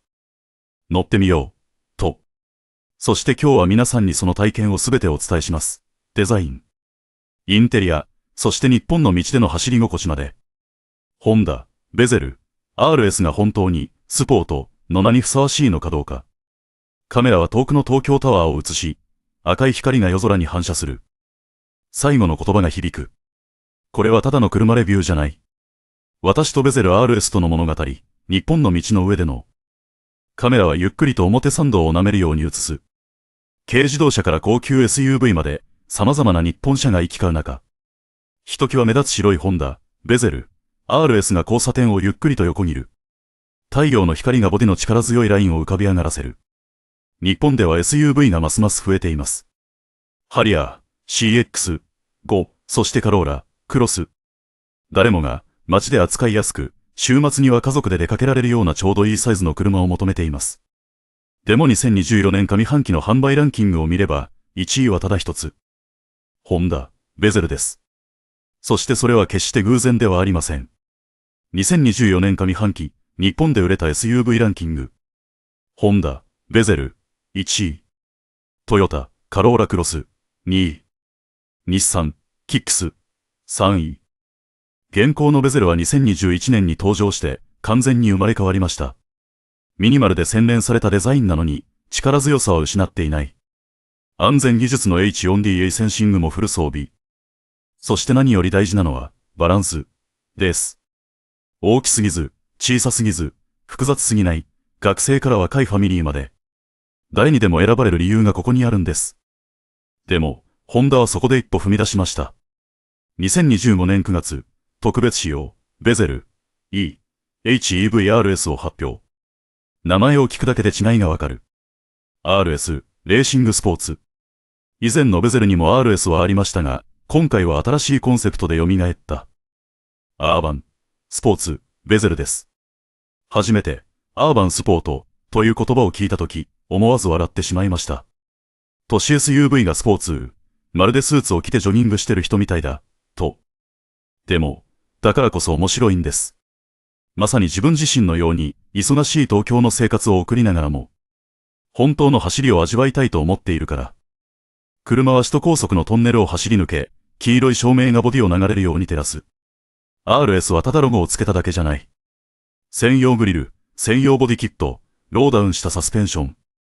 チューニングされたステアリング、そして初めての 4WD。見た目はベゼルかもしれないけど、中身はまるで別物。スポーツの魂を宿したベゼルなんです。では、これから外観、内装、走り、すべてを一つ一つ見ていきましょう。このベゼル RS が、これまでの RS の精神を受け継ぐにふさわしいのかどうか。ノーマルと RS の一番の違い。それは外観です。ホンダは、RS に一目でスポーティさを感じさせたいと考えました。ロー&ワイド。より低く、よりワイドに。そして実際、目の前に立つと SUV というよりクーペを見ているようでした。グリルは RS 専用デザイン。従来の横バーではなく、鋭いハニカム形状。RS のエンブレムが誇らしげに輝きます。これは普通のベゼルじゃないと語りかけてくるようです。比較。ベゼル、ノーマル、横バーのグリル、中性的なデザイン。ベゼル、RS、ハニカムグリル、専用ボディキット、スポーティさを強調。遠くから見ると、フロントはまるでスタートを待つ陸上選手のように前傾姿勢。これが年型 SUV だなんて信じられない。サイドは、RS 専用ホイール。プロペラ形状のデザインにブラックリム。足元が引き締まり、よりたくましく見えます。さらに前後バンパー、サイドスカートも RS 専用。正直、これまでのベゼルは少しおとなしすぎると思っていました。でも RS なら、ノーマルの隣に並べるだけで違いがはっきりわかる。横浜の駐車場に持って帰った時のこと。近所のおじさんが通りかかって立ち止まりました。2000年式のアコードに乗っていたけど、今は N、ボックス。RS のエンブレムを見て、にやりと笑ってや。ホンダはやっぱり昔のスポーツ魂を忘れてないんだなとつぶやいた。その言葉に、私は思わず心が温かくなったんです。リアも変わりました。新しい LED テールランプが左右を貫き、真ん中の H、ロゴと一体化。ワイド感が増し、リアバンパーもブラックパーツでスポーティに。全体はシンプルで控えめなのに、しっかり RS の味付け。日本らしいミニマルさとスポーツのアクセントが同居しています。簡単な比較。全長、変わらず、約 4.33M。全幅、ボディキットでわずかに拡大。全高、1545mm、ノーマルより低く、東京の立体駐車場にほとんど入庫可能。この 1545mm という高さこそ、日本的な工夫なんです。東京、大阪、横浜の立体駐車場は、ほとんどが 1M55 以下制限。つまりベゼル RS なら、銀座でのディナーでも心配なく地下駐車場に入れられる。ホンダがどれほど実用性を考えているか、ここでもわかります。正直に言うと、初めて実車のベゼル RS を見たときは少し疑っていました。ホンダはただ RS のロゴをつけて客寄せしているだけじゃないのか、と。でも、一周して細部を眺めてみると、彼らがしっかり個性を与えていることを認めざるを得ませんでした。ベゼルだけど、少し熱い血が流れているんです。中に入れば、すぐに違いがわかります。RS のインテリアはブラックを基調に、レッドのステッチやインパネの円。エアコン吹き出し口のリングなどが巧みに配置され、スポーティーさを演出しつつも、日本的な上品さを保っています。シートは高級な人工スウェードラックススウェードで覆われています。柔らかさとホールド感を兼ね備え、コーナリング時にしっかり体を支えてくれる。これは RS 専用シートで、見た目の良さだけでなく、走りにも直結する装備です。比較。ベゼル、ノーマル、レザーまたはファブリックシート、デザインは中庸。ベゼル、RS、ラックススウェードシート、ブラック×レッド、ホールド性の高いデザイン。運転席に座った瞬間の第一印象は、包まれる。腰と背中をしっかり支え、小径のステアリングはレッドステッチ入り。まるで車を手の中で完全にコントロールしている感覚。もうこれはファミリー SUV じゃなく、ドライバーズカーのコックピットです。試乗の時、彼女を連れて行きました。シートに触れた瞬間、彼女は笑って、これスポーツカーみたいじゃない、と言ったんです。私は笑いながら心の中で思いました。そう、まさにこのシートこそが、自分を若返らせてくれる、大学時代。友人のインテグラに初めて乗った日の感覚を思い出させてくれるんだ、と。インフォテインメントはおなじみ。9インチのディスプレイは Apple CarPlay と Android Auto に対応。小型の電子シフトは空間を広げ、収納も便利。ホンダらしいミニマルで無駄のない設計です。そして RS 専用として、エアコンのダイヤル周りなどにレッドのアクセントが追加され、ちょうどいい差別化になっています。後部座席は変わらず、日本人の平均体型なら問題ないな。身長 180cm を超えるとやや窮屈に感じるでしょう。クーペ風のルーフデザインのせいで、伝統的な SUV ほどの開放感はありません。これこそスポーティーなスタイルと引き換えにした部分です。正直に言えば、試しに後部座席に座った時、友人たちと箱根へ行った日のことを思い出しました。身長 185cm 近い友人が後ろに座ってすぐに返事、狭いぞ、と文句を言ったんです。私は笑ってじゃあ運転してみろよ、変わるからと返した。実際、RS は絶対的な広さを求める人には向かない。でも自分と彼女、あるいは小さな家族なら十分です。大きなプラス点はラゲッジスペース。ミドルサイズのスーツケース2つと数個のバッグが楽に収まります。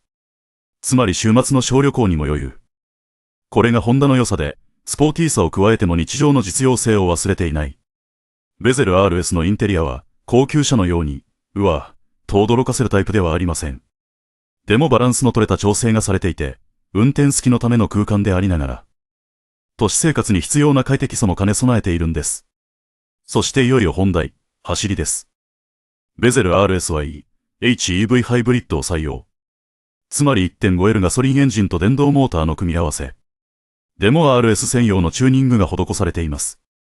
一見同じに思えても、走り出せば全く違う体験が待っている。主要スペック。エンジン、1.5L、ガソリン足すモーター。HEV。システム出力、約131馬力、ノーマルと同等推定。トランスミッション、CVT。駆動方式、FWD、または 4WD、RS 初設定。車高、ローダウン、全高 1545mm。ステアリング、RS 専用 EPS チューニング。サスペンション、RS 専用ローダウンサスペンション。スペックを見る限りノーマルと同じように思えるかもしれません。でも最大の違いはサスペンションとステアリング。ホンダは車高を落とし、電動パワーステを専用チューニング。誓って言いますが、箱根のカーブをいくつか抜ければ、違いはすぐにわかります。箱根の峠道で、普段より強めにステアリングを切ってみました。ボディは明らかにノーマルより安定していて、ほとんど揺れを感じません。タイヤは路面をしっかり掴み、ハンドルの応答も速い。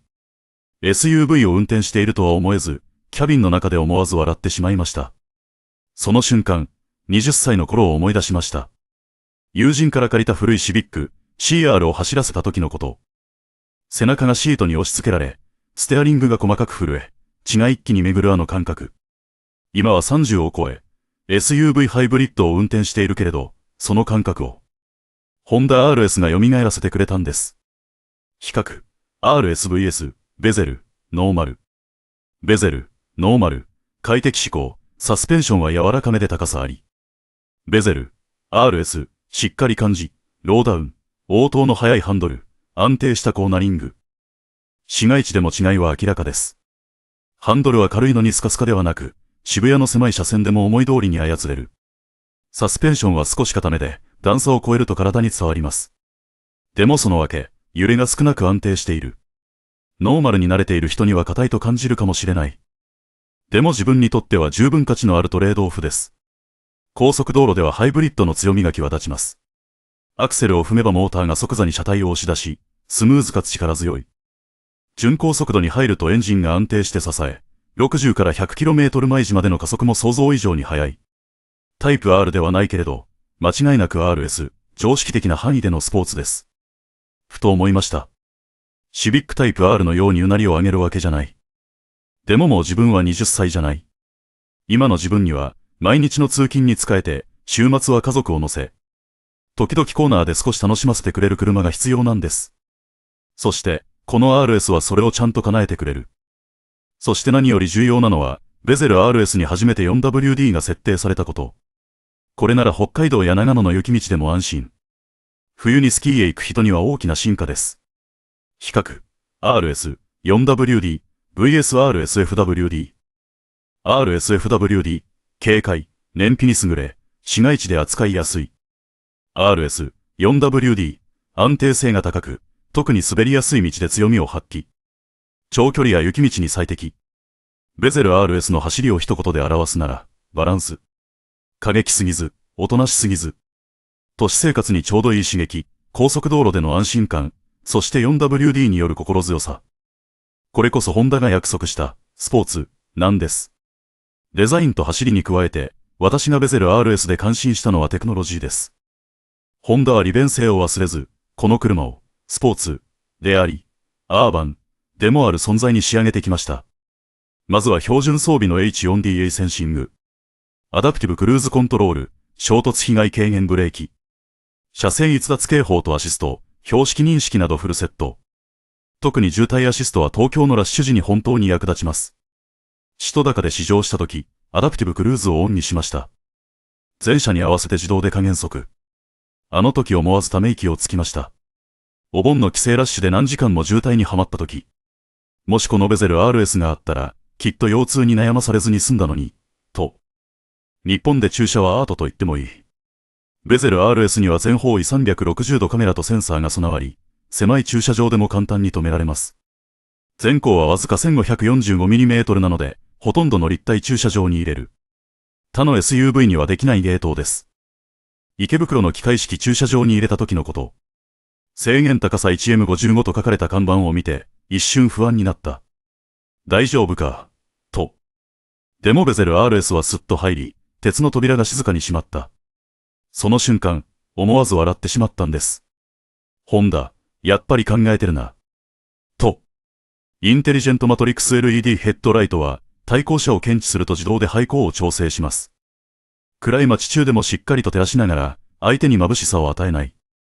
RS 専用のデジタルメーターは赤を基調としたインターフェースで、かつての RS を思い起こさせます。比較。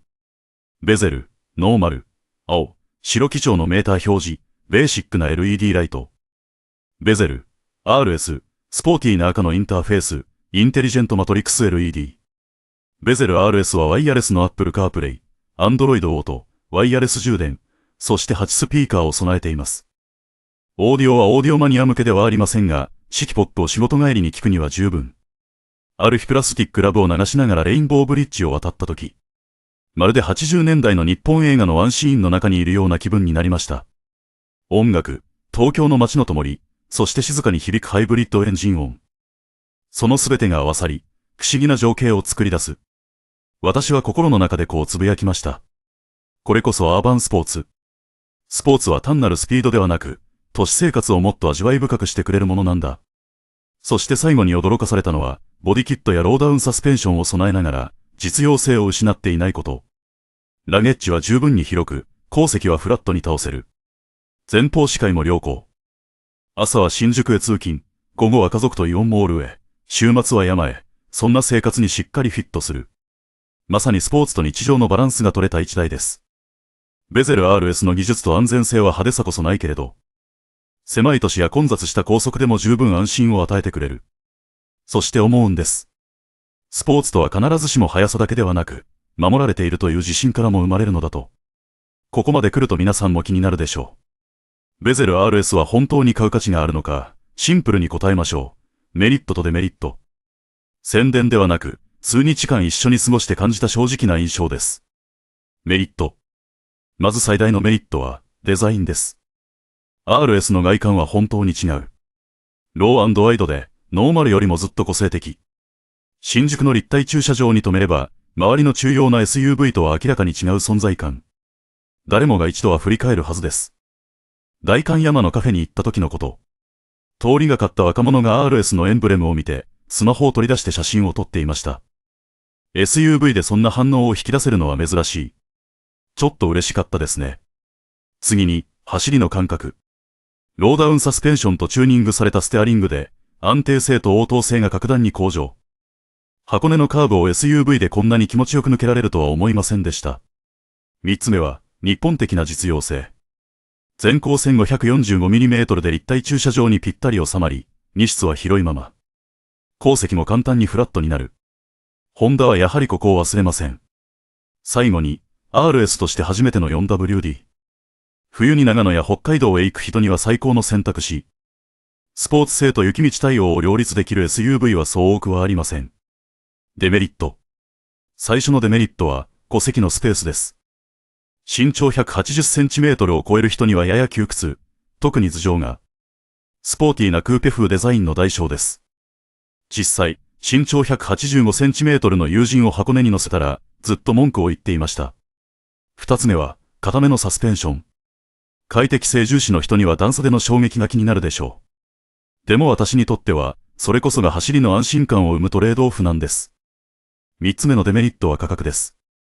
ホンダはまだ正式に発表していませんが、ノーマルより確実に高くなるでしょう。多くの人にとっては、ノーマルのベゼルやアウトドア志向の風 NT パッケージで10分。RS は本当に、スポーツを求める人のための選択肢です。比較。ベゼル、RS、アーバンスポーツ。デザイン、スポーティー、ロー&ワイド、RS エンブレムあり。サスペンション、ローダウン、しっかり感。走り、応答性が高く、4WD 選択可能。内装、ラックススエードシート、レッドアクセント、ドライバー志向。デメリット、後席が狭い、硬いサスペンション、価格が高い。ベゼル、HEVX、風 NT パッケージ、アウトドア。デザイン、アウトドア向け、タフな印象、専用カラー。サスペンション、快適志向。走り、軽快でロングドライブ向き。内装、中庸で実用的。デメリット、従来の RS には 4WD なし、スポーティー感は控えめ。まとめると、ベゼル RS の魅力は感情を動かしてくれるところにあります。それでいて必要な実用性も忘れていない。デメリットははっきりしています。戸籍の狭さ、固めのサスペンション、そして価格。でも自分のニーズが分かっているなら、RS は検討に値する一台です。私は心の中でこう思いました。完璧な車ではないけれど、今の自分には一番しっくりくるかもしれない。まるで友人のように、完璧ではないが、会うたびに楽しくさせてくれる存在。数日間ホンダ、ベゼル、HEVRS と過ごして分かったことは、これは誰にでも合う車ではない、ということ。完璧ではない。後席はやや窮屈、サスペンションは固め、そして価格も高い。でも、小型 SUV にスポーツの魂を求める人にとって、ベゼル RS は間違いなく答えになる。これまで外観のロー&ワイドな個性、ブラック×レッドのラックススウェードシート、ローダウンサスペンションと専用チューニングのステアリングによる走りの違いを見てきました。H4DA センシング、360度カメラ、Apple CarPlay、そして初めて設定された 4WD。すべてが詰まったこの一台は、東京の日常から週末の箱根、冬の北海道までをカバーします。これこそホンダが掲げた、アーバンスポーツ、です。父が初代シビック、タイプ R に夢中だった姿を覚えています。スピードとエンジンの方向に惚れ込んでいた父。けれど自分は次の世代。速さだけでは生きられない。都市の生活、家族との時間、そして時々訪れる走りの楽しさ。そのバランスをくれるのが、ベゼル RS でした。私はふと笑いました。車は A から B に移動するためだけじゃない。記憶とつながり、新しい思い出を生み出すものなんだ。ホンダ、ベゼル、HEVRS、最もスポーティーな SUV でも、最も広い SUV でもない。でもコーナーを抜けた後に自然と笑顔になれる SUV です。そして時には、それだけで十分なんです。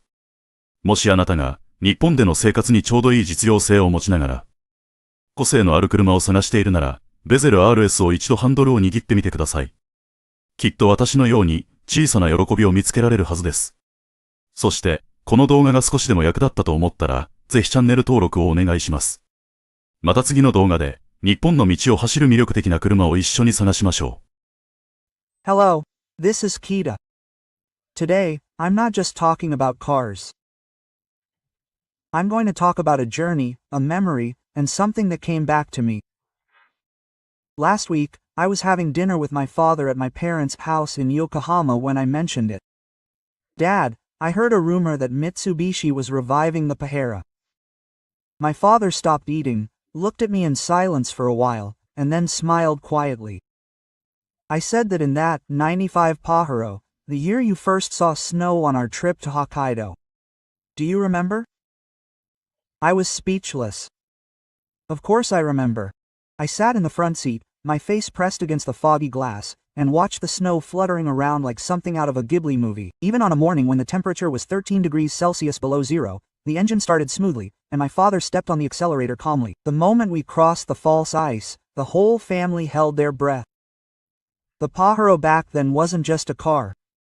It was a part of our memories, a companion that accompanied our family on our travels. Those memories came flooding back to me all at once, as if a film had been played in reverse. But this time, I wasn't the boy in the front seat. I was the one behind the wheel. It's time to find out with my own hands and hearts whether the Pajero has truly returned. Information about the new Pajero has been causing a stir on the internet. The latest siege by, Who Asked Chico, has been released. This time it's not just an image. You can feel the seriousness. There's depth. It's as if Mitsubishi has already released the luxury model. There's no official announcement from Mitsubishi yet. But it's that silence that gives me the conviction. The legend is really coming back. When I heard that a test vehicle was running in Shizuoka processing town as a new model, I couldn't resist. I got in the car and headed to Hakone. It's about 90 kilometers from Tokyo to Hakone. Highways, winding roads, country roads, it's the perfect course to test any SUV. I brought along an old photo.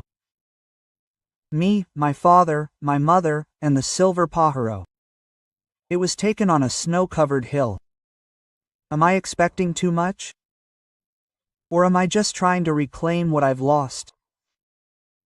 The test vehicle I saw there had a warrior-like presence, with its dark gray body covered in road dust. Sharp LED lights.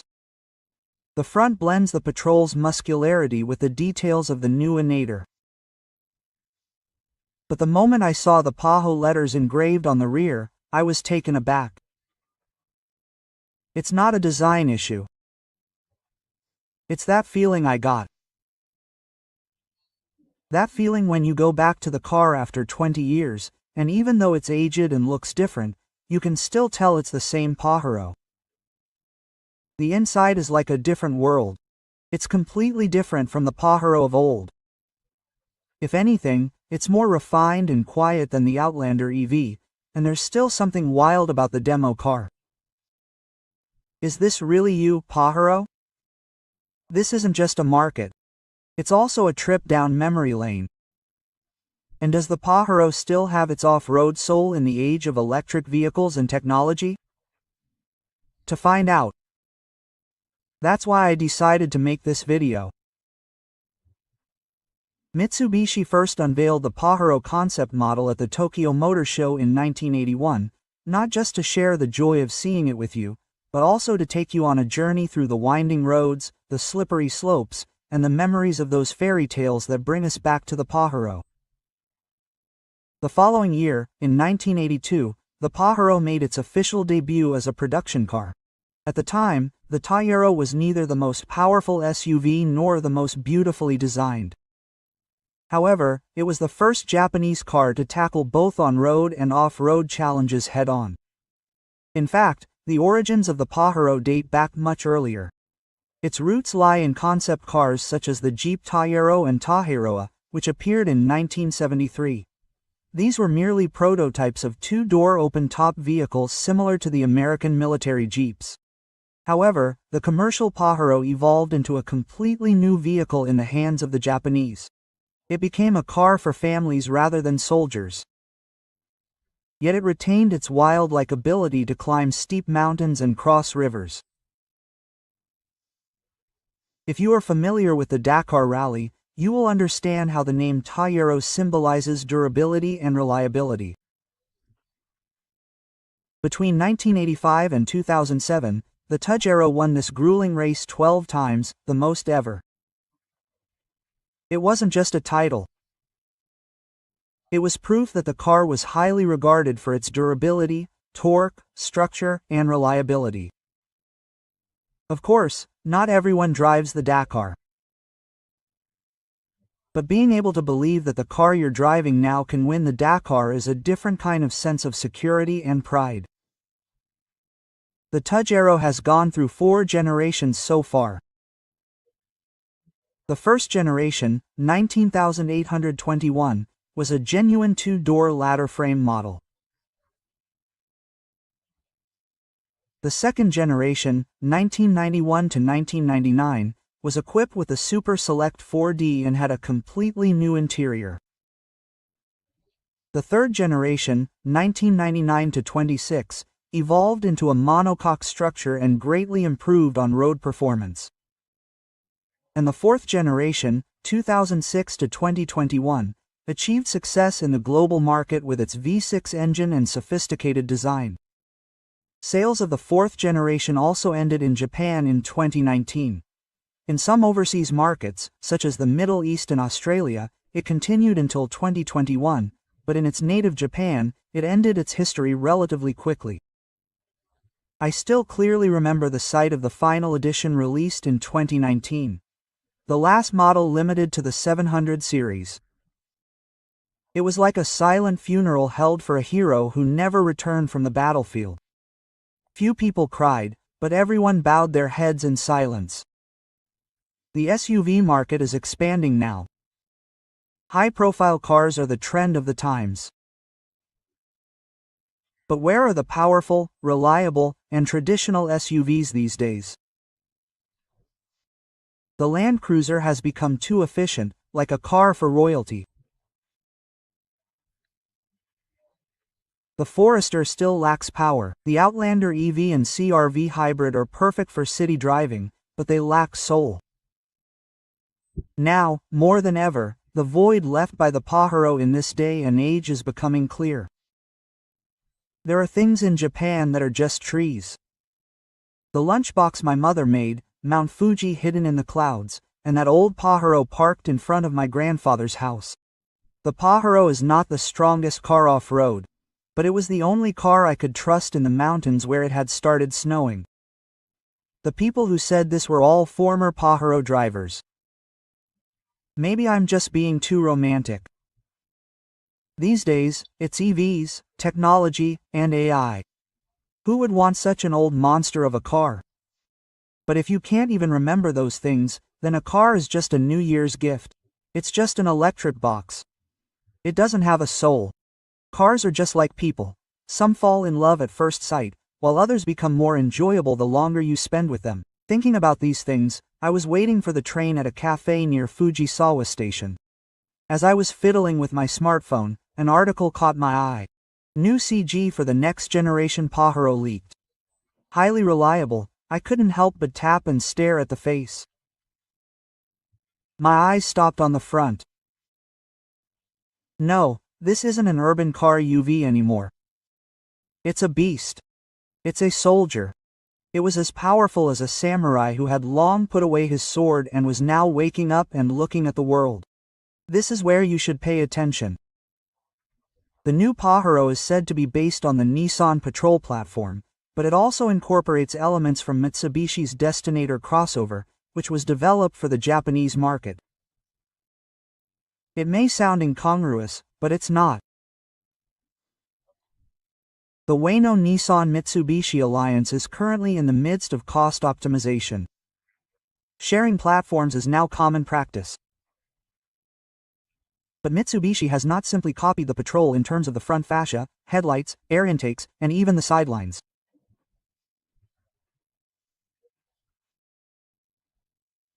There are certainly some of its own touches there. The front design of the new Pajero is not the X-face of the Outlander or Eclipse Cross. It is an evolution of the dynamic shield, which is softer yet more powerful. The LED headlights are thin and extend horizontally, positioned right up against the bonnet. They are as sharp as a hawk eyeing its prey. The front bumper is thick, and the air intakes are deep, giving it an American feel, but also a restrained and powerful look that is characteristic of Japanese cars. Looking at the front mask, I was reminded of the words of veteran drivers who drove Jimnyas and Pajeros in the mountains of Honshu. A car shouldn't be allowed on the road unless it looks cool. Compared to my fourth Pajero, the new model is slightly longer and lower. This should definitely improve stability at high speeds. The wheels are 20-inch wheels, and the fenders are flared out and have sharp edges. There's a sharp character line that runs straight from the rear to the front. The door mirrors are large and set slightly low, minimizing the impact. What I particularly liked was the longer bonnet. It has the presence of a Dunkel LC300, while still maintaining the compactness that is typical of Japanese SUVs. At the rear, the new Pajero uses a single horizontal LED taillight that connects the left and right sides. This is a trend that most manufacturers are following these days. However, Mitsubishi has managed to differentiate itself from the rest by avoiding a design that looks like something you've seen somewhere before. The LED lights are angled slightly like a boomerang, and the flared rear bumper below them gives it an extremely solid impression. And what catches the eye more than anything else is the large PAER engraved in the center, which seems to be having an effect. I'm here. No one's permission is needed.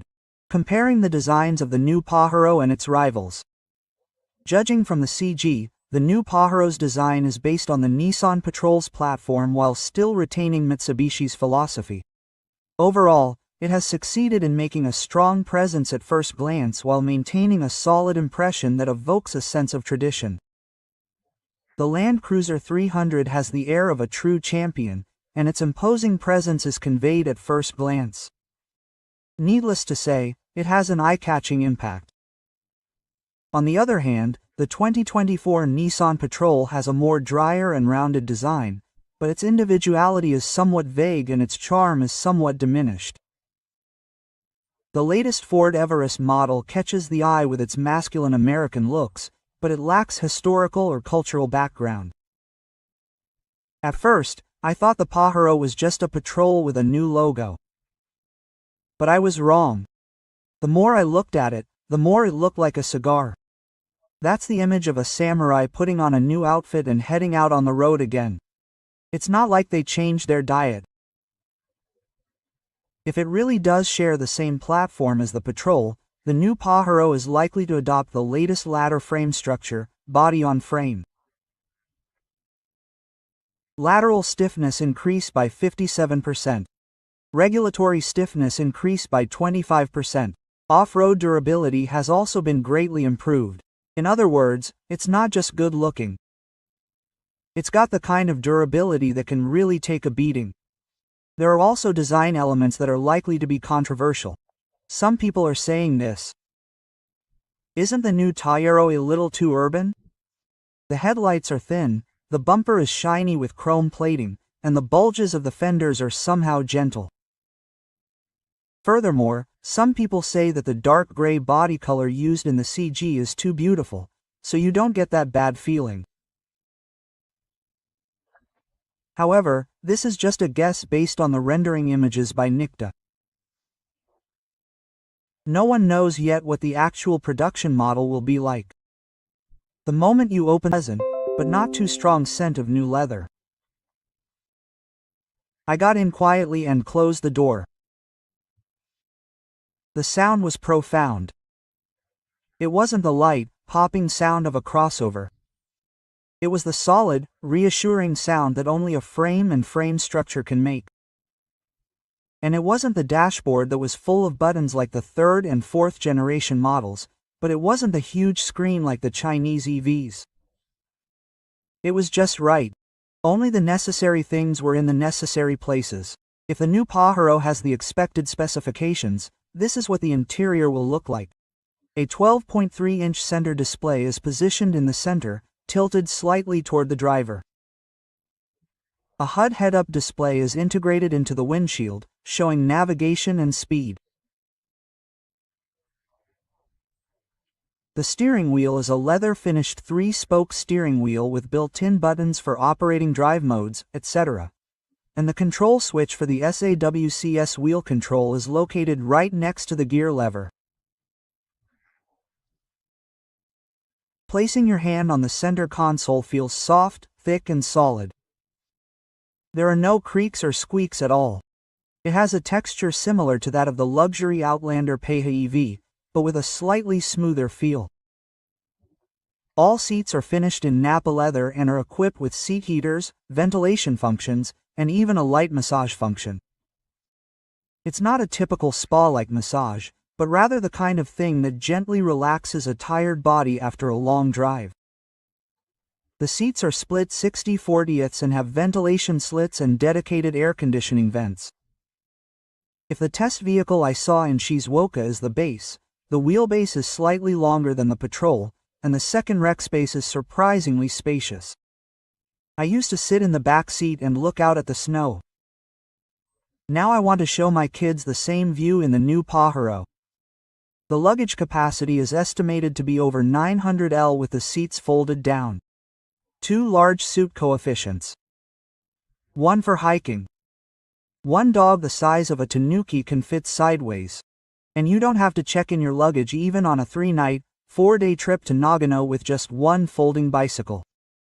The rear gate is electric and opens when you wave your foot over it, which is a really convenient feature when your hands are full of mountaineering gear. You also need technology for connectivity.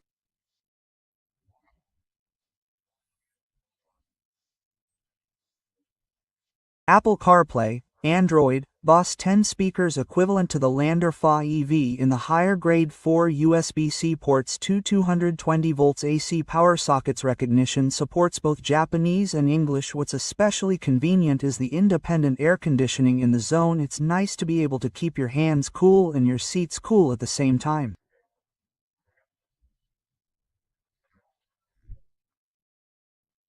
The new Pajero higher grades are also expected to be equipped with the following advanced safety features.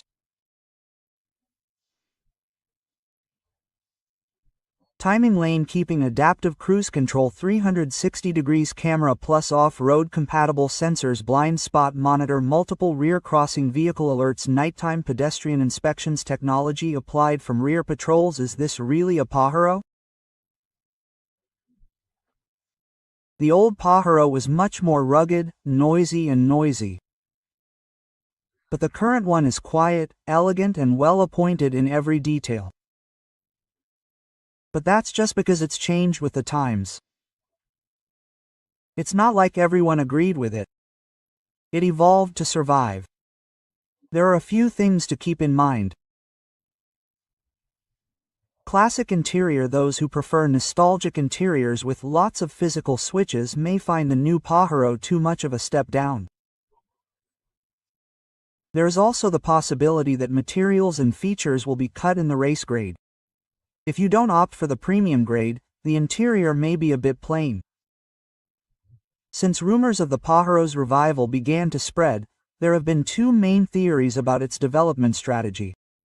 One is that it will use the Nissan Patrol's platform and combine it with a powerful V6 engine and ladder frame structure. The other is that it will be based on the hybrid technology of the Outlander EV, shifting more towards electrification. If it does share a platform with the 2024 Nissan Patrol, the new Pajero is expected to have the following specifications.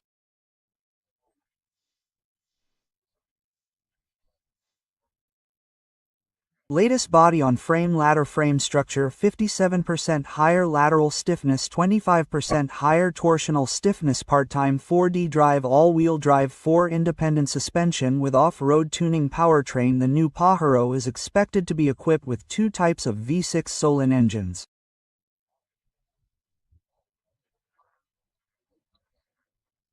The 3.8L engine of the natural gas engine has 316 horsepower and 3,860 kilowatts.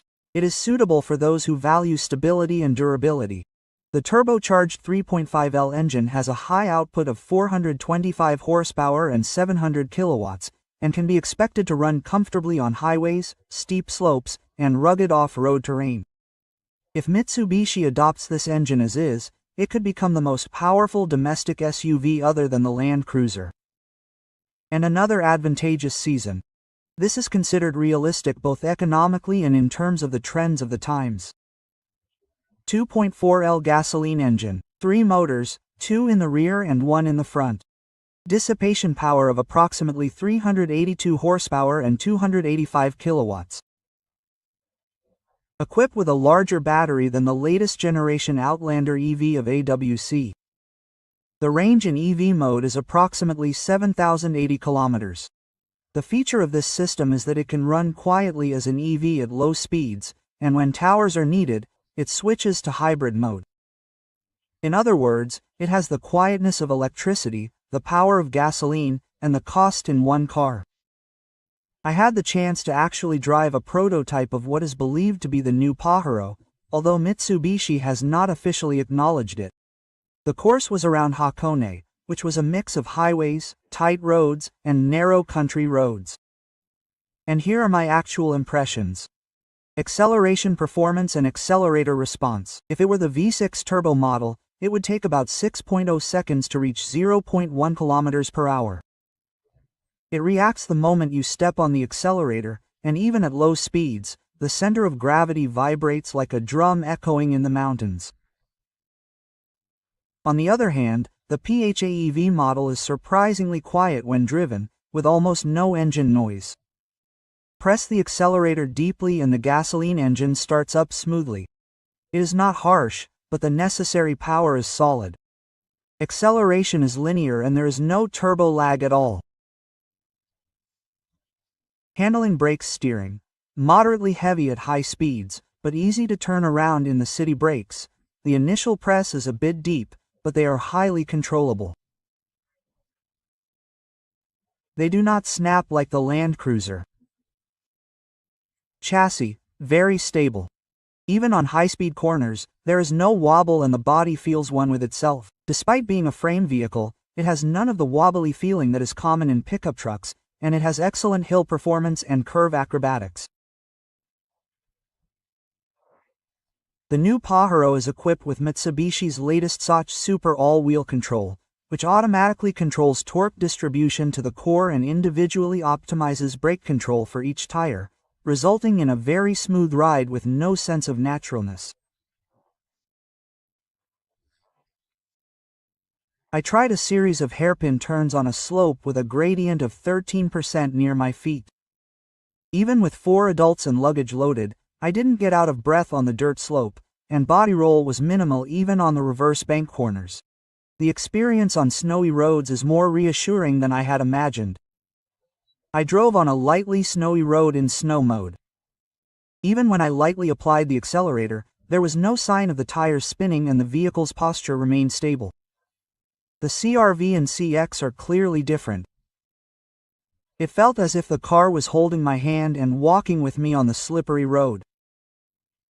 The Pajero that my father used to say wasn't the fastest car, but it definitely takes you to your destination. And the current Pajero is fast and smart. It was as if I was driving it while thinking. Comparison of the engine performance of the new Pajero with its rivals. The V6 model is equipped with a 3.5L turbo engine and produces 425 horsepower and 700 meters. The drive system is part-time AWD, and it has top-class power for a traditional SUV. The PHEV model combines a 2.4L engine with 3 motors. The output is approximately 382 horsepower and approximately 600 meters. The drive is electric AWD and permanent 4WD, and it has high environmental performance. The Land Cruiser 300 is equipped with a 3.5L V6 turbo and produces 409 horsepower and 650 meters. The classic model with excellent stability and luxury. The 2024 Nissan Patrol also has the same output as the Pajero V6 depending on the model, but the design philosophy and flavor are different. The Outlander PHEV is quite modest with 248 horsepower and 450 meters. It is suitable for driving in urban areas, but it is on a different level from the Pajero. Advantages and disadvantages of each powertrain. In the Pajero, the V6 turbo model has powerful acceleration and excellent off-road performance. And it has a heartwarming engine sound. However, it is true that fuel efficiency is poor and the environmental impact is high. On the other hand, the 3-motor PHEV model is quiet, smooth and fuel efficient. EV mode is very comfortable for city driving. However, the reality is that the car is heavy and there are limits to battery capacity and EV driving range.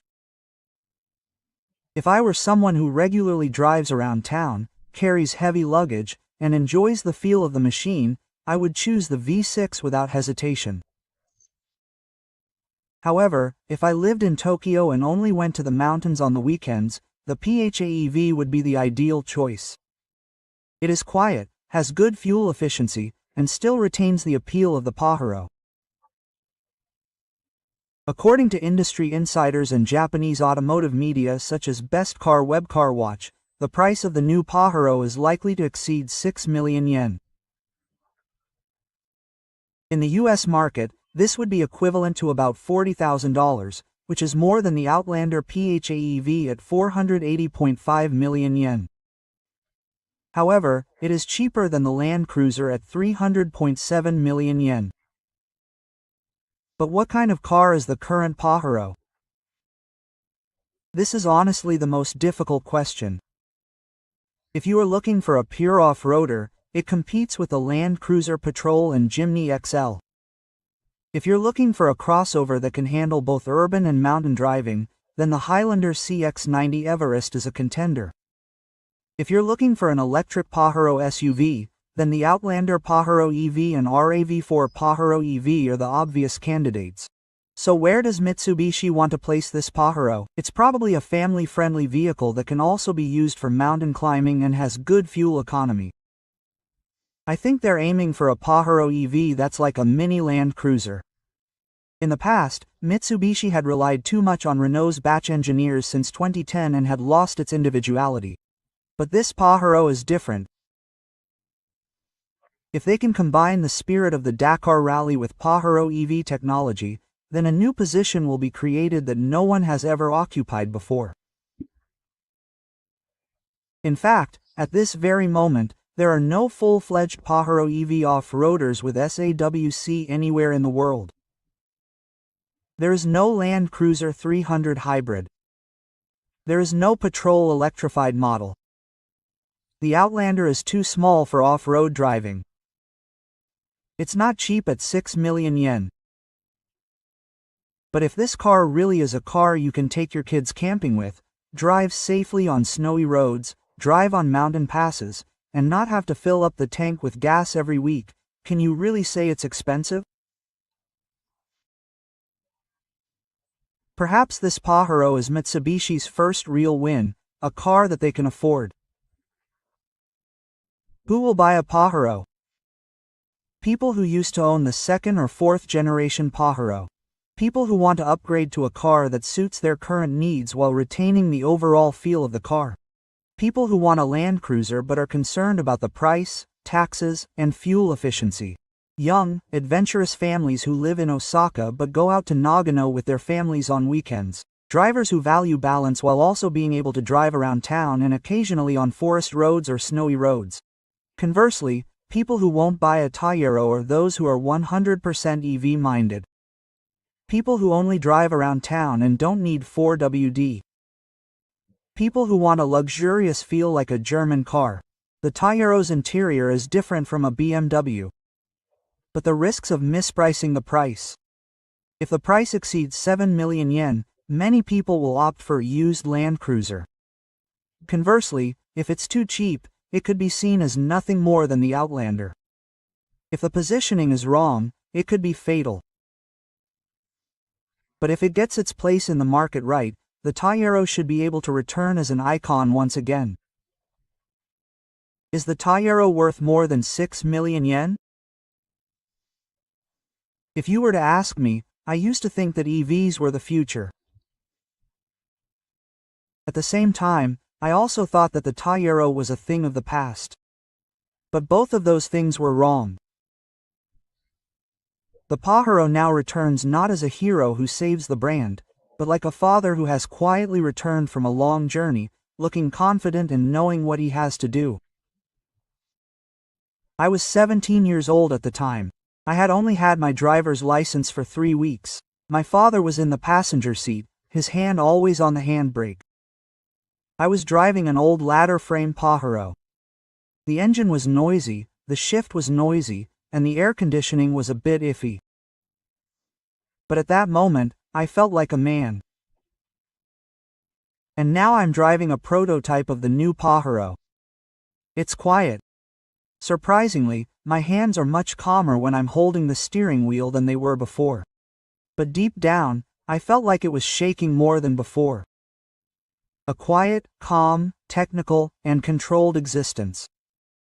It was no longer the kind of swashbuckling man who would bark shirtless while drinking in the snow in Hokkaido. It was the image of a father wearing a wool coat and sunglasses, taking his children to a ski resort in a light stream with the Phi running in the car. It wasn't wild, but it was mature.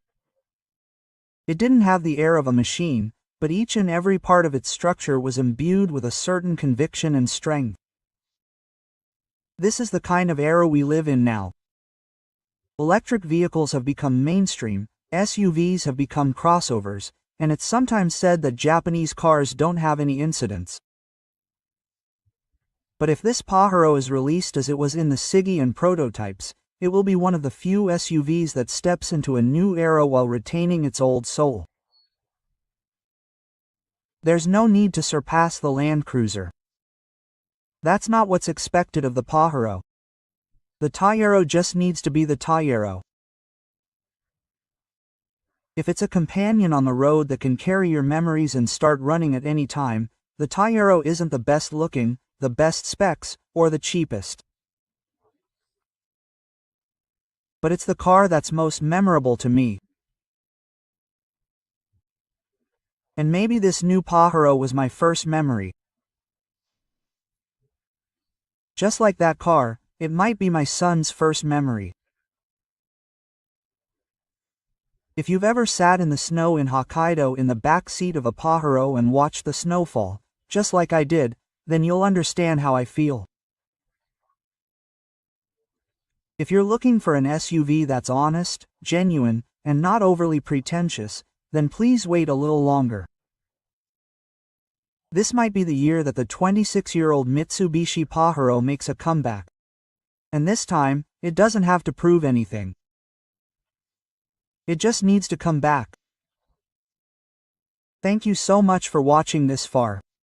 This was Kita, who brought you the Pajero review for about 60 minutes. This video isn't just a car review. I think it's a story that traces Japan's memories. If you want the Pajero to make a comeback, please write your thoughts in the comments. And if this video resonated with you even a little, please like, subscribe to the channel, and share it with someone who loved the Pajero. Until next time. See you somewhere on that winding mountain pass, where a Pajero is still a Pajero. In September in Yamanashi, when the autumn leaves were just starting to change color, I visited my parents' house for the first time in a while on a foggy Saturday morning. I had finished work in Tokyo and it had been about 2 years since I had last seen my sister. When I arrived at the house, an unfamiliar car was parked there. It was a small car, but it was different from the square boxes of the mini cars I had seen up until then.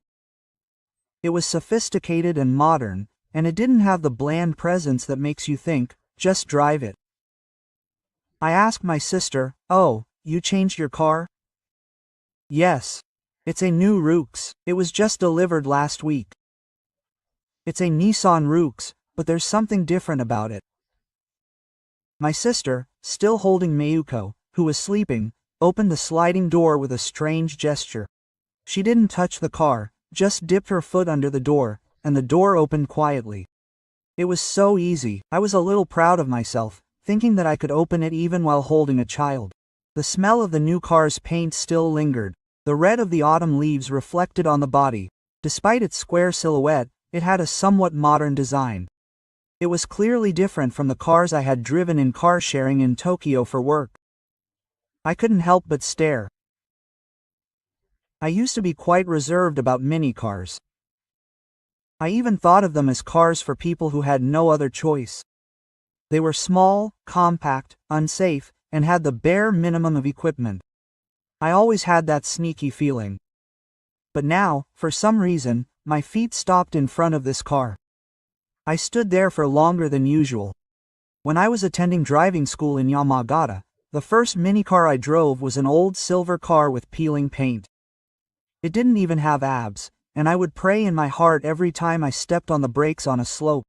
Since then, I've distanced myself from minicars. But now, when I look at the Roox that my sister has chosen, I feel like I'm a little behind the times. Maybe I'm the only one who hasn't noticed that Japanese car culture is quietly changing. So I asked my sister to let me borrow the Roox for just one day. From Yamanashi, around Lake Kawaguchi, and back to Tokyo. This video isn't just a review of the specs.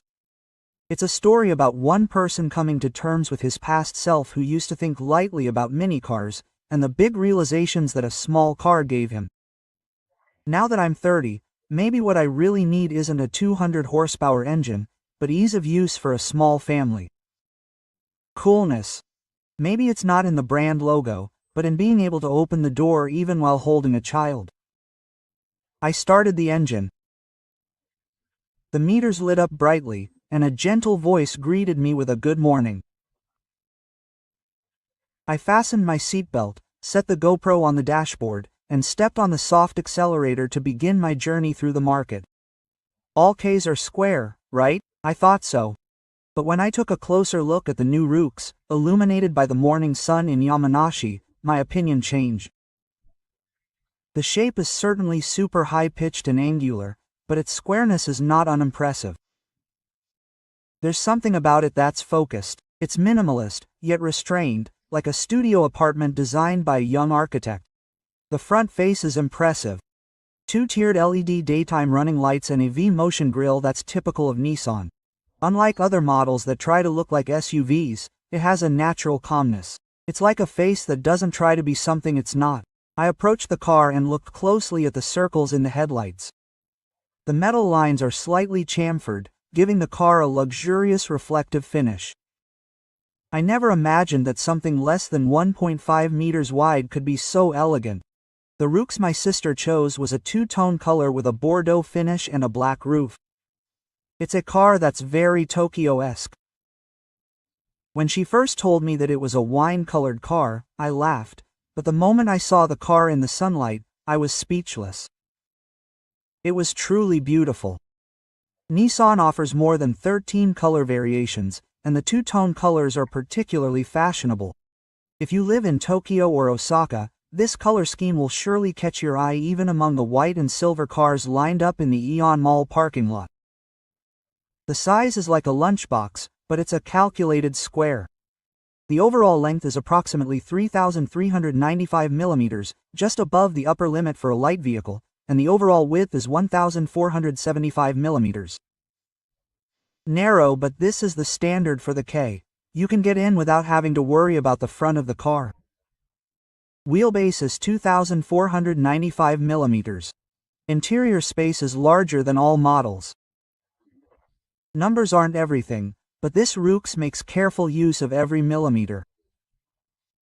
The minimum turning radius is just 4.5 meters, so you can easily turn around in the narrow alleys of Yanaka or Kamakura. This is a country where the roads are narrower than cars. In Japan, this is a survival strategy.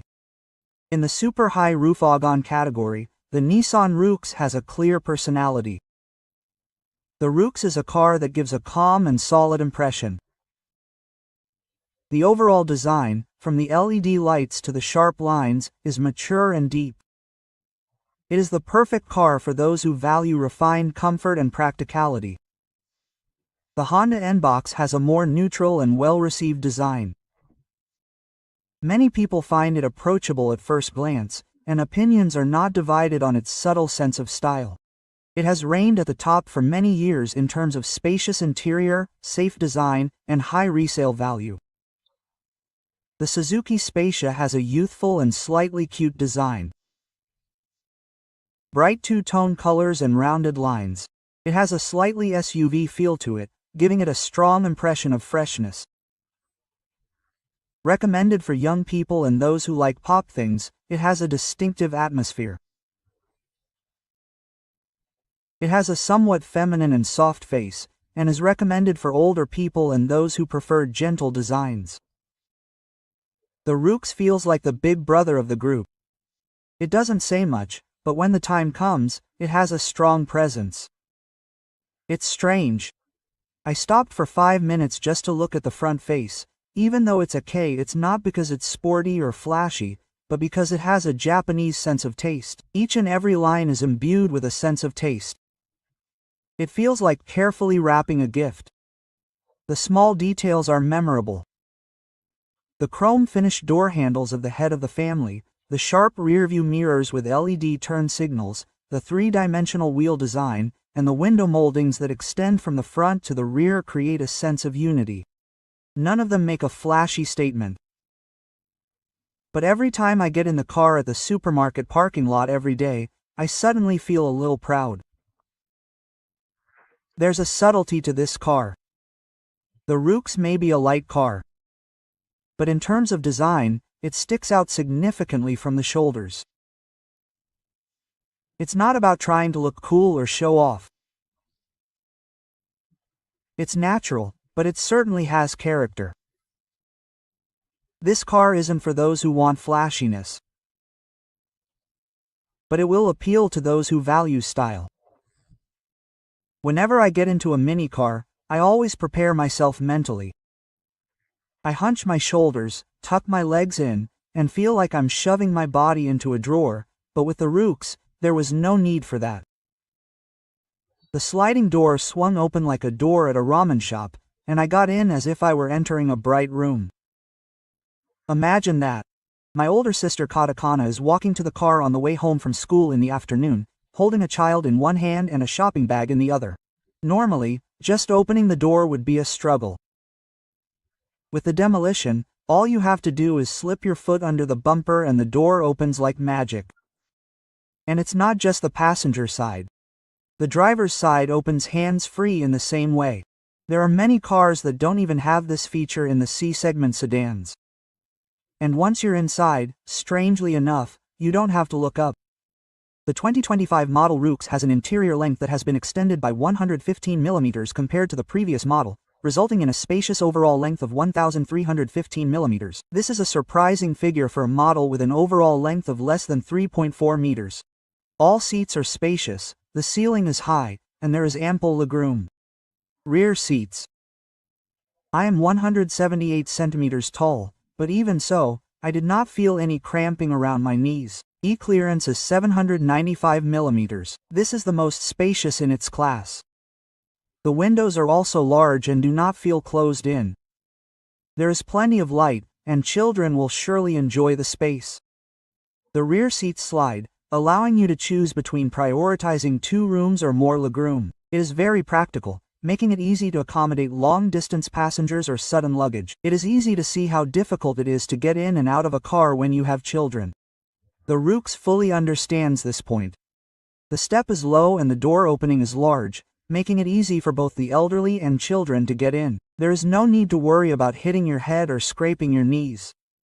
In addition, the rear seats have ISO-FIX-compatible child seat fixing brackets, which are easy to install.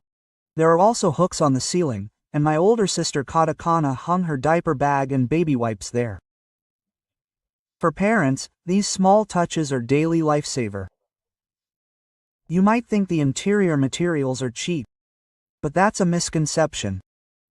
The seats are moderately firm and fit the body well, and don't sag like cheap cushions. Higher grades use water-repellent fabric seats that are resistant to stains and odors. Ideal for living with small children or pets. If you fold down all the rear seats, it becomes a flat mini. I actually tried lying down and got used to lying down without bending my legs. The center console is uncluttered, and only the necessary functions are included. The air conditioning dial is large and intuitive to operate. It's an easy-to-understand and efficient design that is typical of Nihonsha. I used to live in a 14-square-meter studio apartment in Tokyo. The interior of the Roox reminded me of that. It's not spacious, but if you use it well, every centimeter is worth it. It's a small car, but it feels as secure as being in your own room.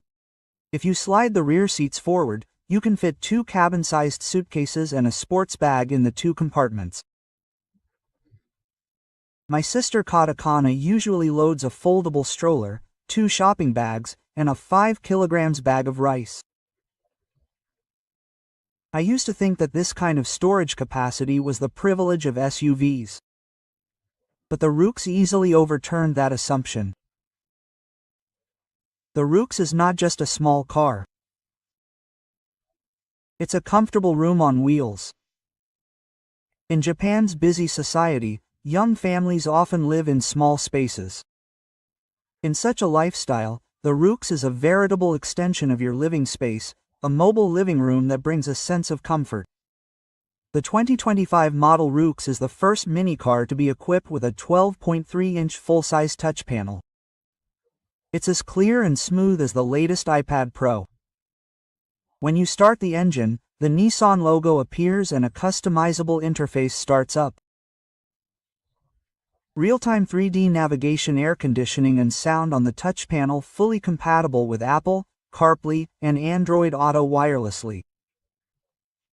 The background changes depending on the weather, making it look like a live wall. I lightly touched it with my fingertip. The sensitivity is exactly like that of a flagship model. The display is in Japanese, but you can easily switch to English. And one of the features that sets it apart from other mini cars is the intelligent around view monitor. In other words, it uses a 360 degrees camera to display a view from above like looking down from the sky. When I was backing up on a narrow alley in Suginami, I didn't have to look out at all to check behind me. Visual guidelines to the left, right, and rear are clearly displayed on the screen. This function activates automatically when you put the car in reverse gear, but you can also display it manually at any time. It's especially useful for parallel parking or in crowded parking lots in the city center. Anyone who has driven during rush hour on the Tokyo Ume line will understand. Keeping your foot pressed on the clutch and brake the whole time is quite a strain on your feet. The Roox is equipped with an auto brake hold function, so you don't have to keep your foot pressed on the brake while waiting at a traffic light. Once you press the brake, the car will stop in place and hold, and when you want to start moving, you just press the accelerator and it starts moving smoothly. This function used to only be available in luxury cars like Lexus and Infiniti. Now it's available in mini vehicles as well. It also comes with Nissan's highly praised ProPilot advanced driver assistance system. Mitsubishi offers a similar function under the name MyPilot. This system automatically maintains the distance between vehicles and adjusts the driving speed while keeping you in your lane while driving on the highway. I tried driving with PROT turned on when driving on the Chuo Expressway from Yamanashi to Tokyo. The Roox naturally decelerated and accelerated in accordance with the vehicle in front, and lightly assisted with the steering wheel to keep you driving stably within your lane. There was no sense of unnecessary intervention, no discomfort, and only a sense of security. This is not fully autonomous driving. However, it is a very reliable partner for long distances or when you are tired. In addition to PROT and the 360 degrees camera, the Roox is equipped with the following advanced safety features. Blind spot warning, BSW lens warning, LDW automatic emergency braking, EEB collision prevention system with walking aid, driver fatigue detection. These are functions that are usually only available in cars in the C segment or above. The fact that Nissan has adopted it for a mini car sends a clear message that people who drive small cars have the right to be well protected. The audio system is neither Boss nor JBL, but the sound quality is clear and the bass resonates well. You can turn up the volume without getting bogged down. I played a playlist of traditional Japanese pop music while driving on the main road on a Saturday night, and the bass resonated so pleasantly that the car vibrated slightly. It is fully equipped with USB-C and USB-A ports, as well as wireless charging. It also comes standard with a Wi-Fi hotspot for children to watch YouTube, so you can live without using up your smartphone's data capacity. This is a very Japanese kind of consideration. Perhaps there is no such thing as a cheap car anymore. It's not because prices have gone up, it's because Japanese people's expectations have become higher, so manufacturers have no choice but to respond. In the past, I thought that mini cars were just good enough to drive. But now I feel like I've gotten used to the comfort of being spoiled. The Roox is a symbol of the new generation of mini cars. It's not just a compact and economical car. It's smart, comfortable, and safe mobility. The days when you needed a big car to enjoy cutting-edge technology are over. I started in the residential area of Setagaya, Tokyo. This is an area with many narrow streets that are barely wide enough for one car to pass through. What would you do if you were to meet an SUV on a narrow street that was only 2.2 meters wide? With the Roox, the minimum turning radius is 4.5 meters, the steering wheel is wide, and if you turn the handlebars slightly and back up a little, you can turn around as if nothing had happened. You won't scrape the bottom of the car or break a sweat. If it judges that the space is narrow, the 360 degrees camera will automatically turn on. It's truly a car that thinks. To be honest, the parking environment in Tokyo is not very friendly. Sometimes you have to squeeze into the small gap between houses to park. But with the Roox, which is 1,475 millimeters wide, it fits in as easily as if you were squeezing a bicycle. I once parked at a Times parking lot near Takata. There was only a 1.5 meters space there. Most cars would give up. The Demilux backed up and fit in easily in one go. The surrounding sensors reacted to the approach, the camera reported the distance, and the warning lights came on. I was able to park using only the monitor without looking back. Tokyo is congested. You'll encounter 40 traffic lights if you drive for an hour.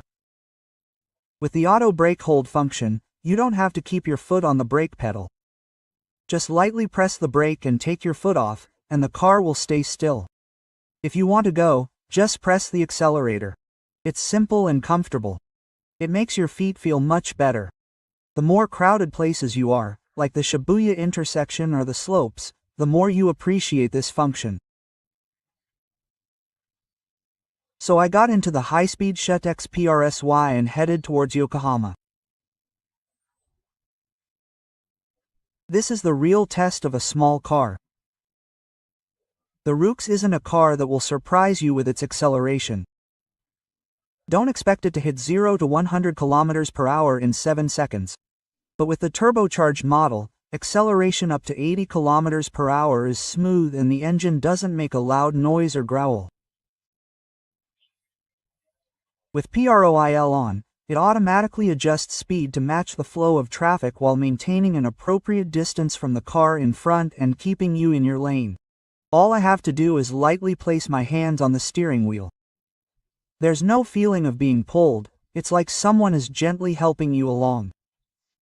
In the past, mini cars would make your ears tired with all sorts of noises, such as the rattling, tire noise, and engine noise. But the 2025 Roox is different. The Congrade model uses double glazed glass, which keeps the wind noise down. The engine is quiet and there is almost no vibration. It uses low noise tires, so it is smooth enough to carry on a conversation even on concrete paved roads. I played some Plick Love quietly. The guitar's sleeping color resonated smoothly, and I was not disturbed by the sound of the car. I drove the Roox up the Hakone Pass, Odawara, and the curves of Oisgori Slope, which continues with the sound of footsteps. The gradient is not that steep, but the distance is long and there are many curves. It is a bit of a tough test for a 660cc engine. But the turbocharged Roox did not disappoint me. There is a slight time lag, but there is no sense of lack of power. The CVT shifts smoothly and without any problems. It makes you wonder if it is really a K. I used to think that it wouldn't run satisfactorily unless it had around 150 horsepower. But now I understand. Even with 64 horsepower, I'm quite satisfied as long as the rest of the car is solid. The Roox isn't the kind of car that excites you. But it's strangely calming. It makes me feel secure. And that's what's most important to me right now. I arrived at the car in the evening with Katakana and Mayoko in the car. This car may not be fast by any means, but it has all the power I need. So I wasn't worried. The ride in the back seat was comfortable and no one complained. Mayoko continued to sleep peacefully. There was no shaking over the bumps and I was enveloped in comfort. At that moment, I realized clearly. Cars aren't meant to be shown off to others. They're meant to be used to transport important people with peace of mind. The Roox isn't a car that gives you an obvious sense of excitement like a sports car. But it's a car that you can feel the value of raising children in your daily life. It gives you peace of mind. Narrow streets, highways, short drives with the family. It's there for you in all of your daily life.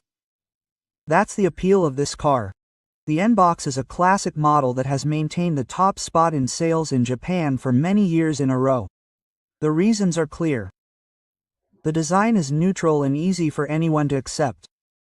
The interior space is spacious, the practicality is high, and the price is realistic.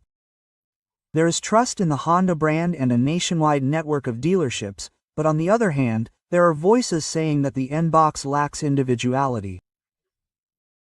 To give an example, it is like a famous ramen chain. It is delicious and has a sense of reliability. However, it is not very memorable. As for the Roox, it is true that it is not as well known as the N-Box, but in return, it has a certain appeal in terms of technology, safety, and depth of design. If you are buying a car for the first time and prioritize ease of driving and resale value, the N-Box is the way to go. If you are looking for individuality and want a new experience, the Roox Spacia is a pop and playful model. It comes in a wide range of colorful two-tone colors, and the interior, with its digital meters, has an atmosphere that is almost like a gadget. Its main strengths are as follows. it has a youthful and bright impression, and the interior design is unique and playful.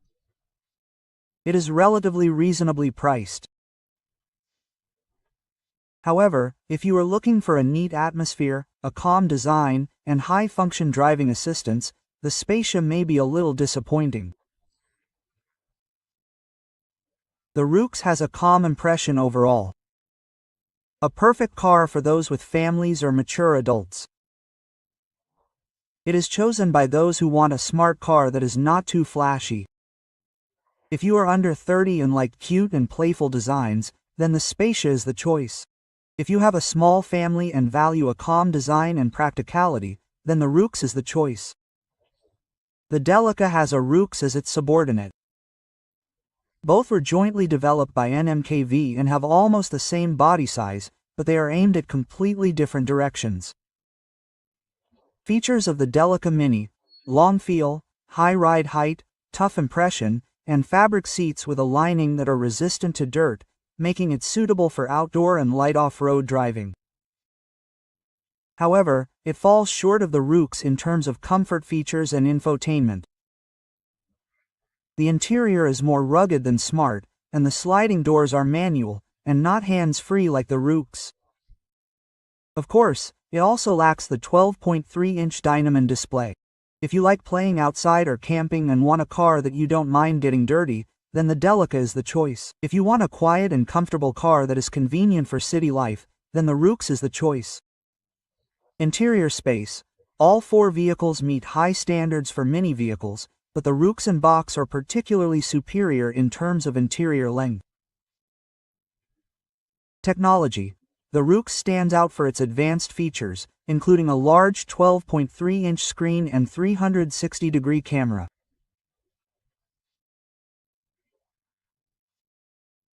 Design direction: the Spacia is fresh and pop, the Delica is wild and outdoorsy, the Roox is elegant, and the box is safe and reassuring.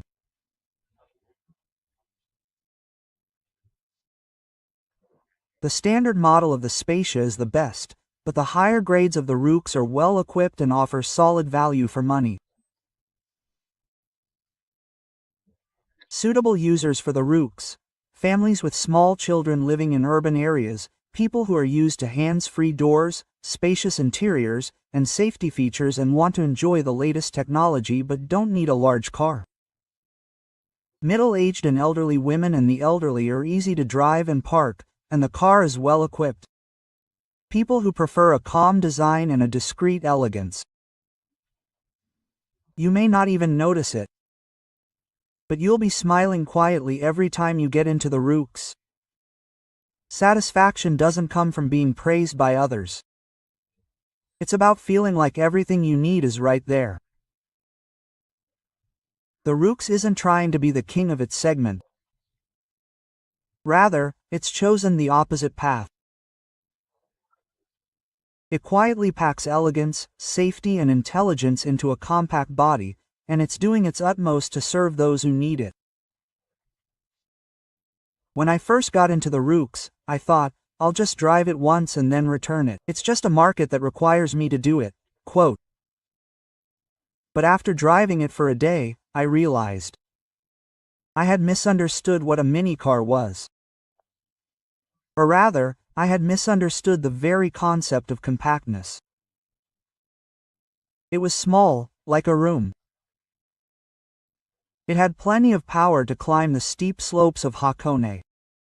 The 12.3-inch screen is too simple. It even has a 360-degree camera and automatic lane-keeping function. It's a car for people who don't have many options. It's a car for people who really know what they want. If you need a car right away and want to keep costs down, the 2024 Roox is a great choice. It's affordable and well-equipped. If you want the latest technology, the most spacious interior, and a new design, the 2025 Roox is a big step forward. The price is expected to be a little higher, but it's certainly worth it. And if you've never been interested in a minicar before, the Roox is the perfect first step. It's by no means a risky choice, and it may even change the way you value cars. The Roox is the ideal partner for young families living in urban areas in Japan. Mothers can open the doors without using their hands. Fathers can drive with peace of mind thanks to the safety features.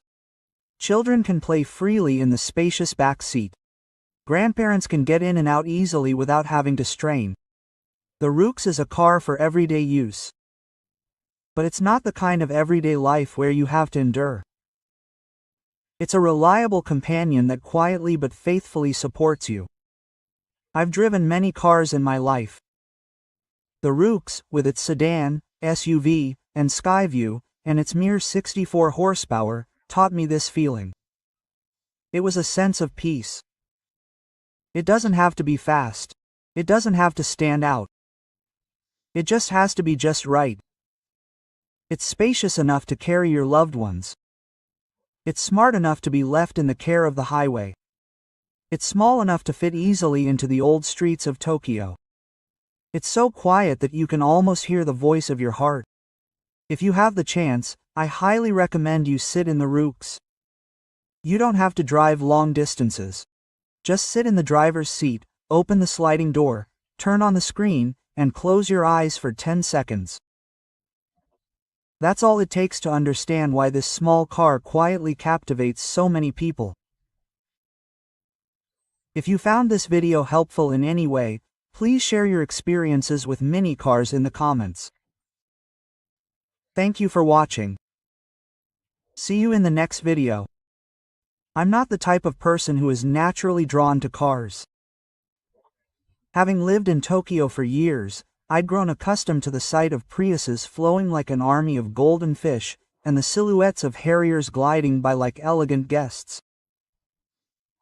But one July evening, I was dodging a summer shower under the tree at my usual convenience store near Shibuya Station when it sped past me. It was a Honda SUV, not a RV or a bezel, but a compact, well-balanced body. The polished blue of the body, like the surface of water, reflected the light from the street lamps. The slender rear lights and the simple but sharp-looking front grille made me turn around and watch it go. It's unusual for me to react like that to a car. When I got home that night, I looked up the name of the car right away. It was the ZR-V. It had only been released in 2023, but it had already almost disappeared from the sales rankings. Sales in August 2025 were just 1,195 units, a 36.5% decrease on the same period the previous year. Why was such a beautiful car fading from people's memories? That question began to grow in my mind. I wanted to find the answer. I'll take you with me on this journey. We'll pass through the narrow alleys of Shimokitazawa, climb the slopes of Nikko, and drive along the Hakuba Road covered with white moss. I want to convey everything about the limousine, the driving feel, the advantages and disadvantages. Because for me, a car is not just a means of transportation. It's a story in itself. The protagonist of today's story is Honda's ZR-V. The second time I encountered the ZR-V was in Kagurazaka, in a corner of the city where Japanese and Western styles intersect. The SUV, quietly standing in front of the French cafe, looked like a traveler. It didn't try to stand out or hurry, but it still attracted the attention of people passing by. The Grove is positioned as a mid-size SUV. It's not as small as the Rezel, but it's not as big as the CR-V either.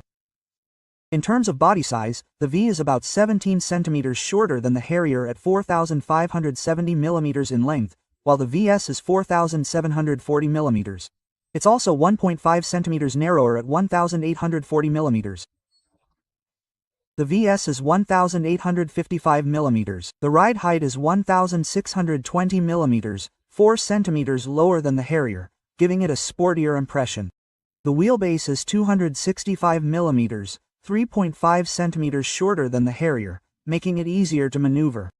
When you actually put the two cars side by side, the ZR-V gives a lower and more compact impression. It is easy to handle even in crowded areas like Ebisu and Nakameguro, yet it has a presence that fits in the city. The GR-V's design lacks the American flair of the Ford Escape, nor the European flowing style. Honda has chosen a design that is simple and elegant. There are no prominent character lines and flashing lines are kept to a minimum. It is rounded and soft, and sharp where needed. It is this exquisite balance that gives this car its individuality. The front brilliance is simple, with an impressive shield line. Some blades are painted in black or bronze. The LED headlights are sharp, and the line that extends smoothly to the rear gives it a vivid, eye-like appearance. The roof slopes slightly towards the rear, giving it an airy feel despite being an SUV.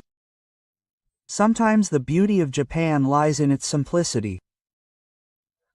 The ZR-V also didn't say anything, and just stood there, stopping me in my tracks. When the model was redesigned in May 2013, Honda adopted a new body color for the ZR-V. This is the same paint used on the Civic RS and the new Freed.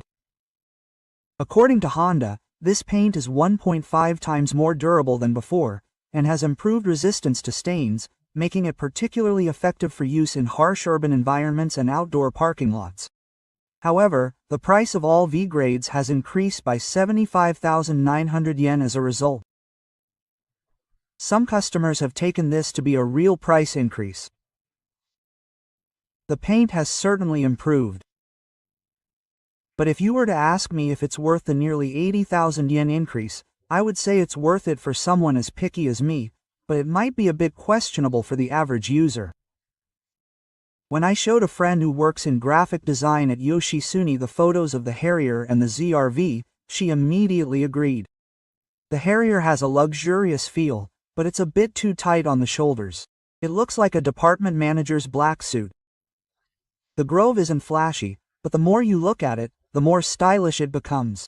It's like a formal jacket and white sneakers. In other words, the Harrier is the type that leaves an impression at first glance. On the other hand, the ZR-V is one that you grow to like more and more the more you look at it. Personally, I particularly like the design around the ZR-V's taillights. It doesn't follow the trend of flashy single-character LEDs, but rather has a subtle yet distinctive design.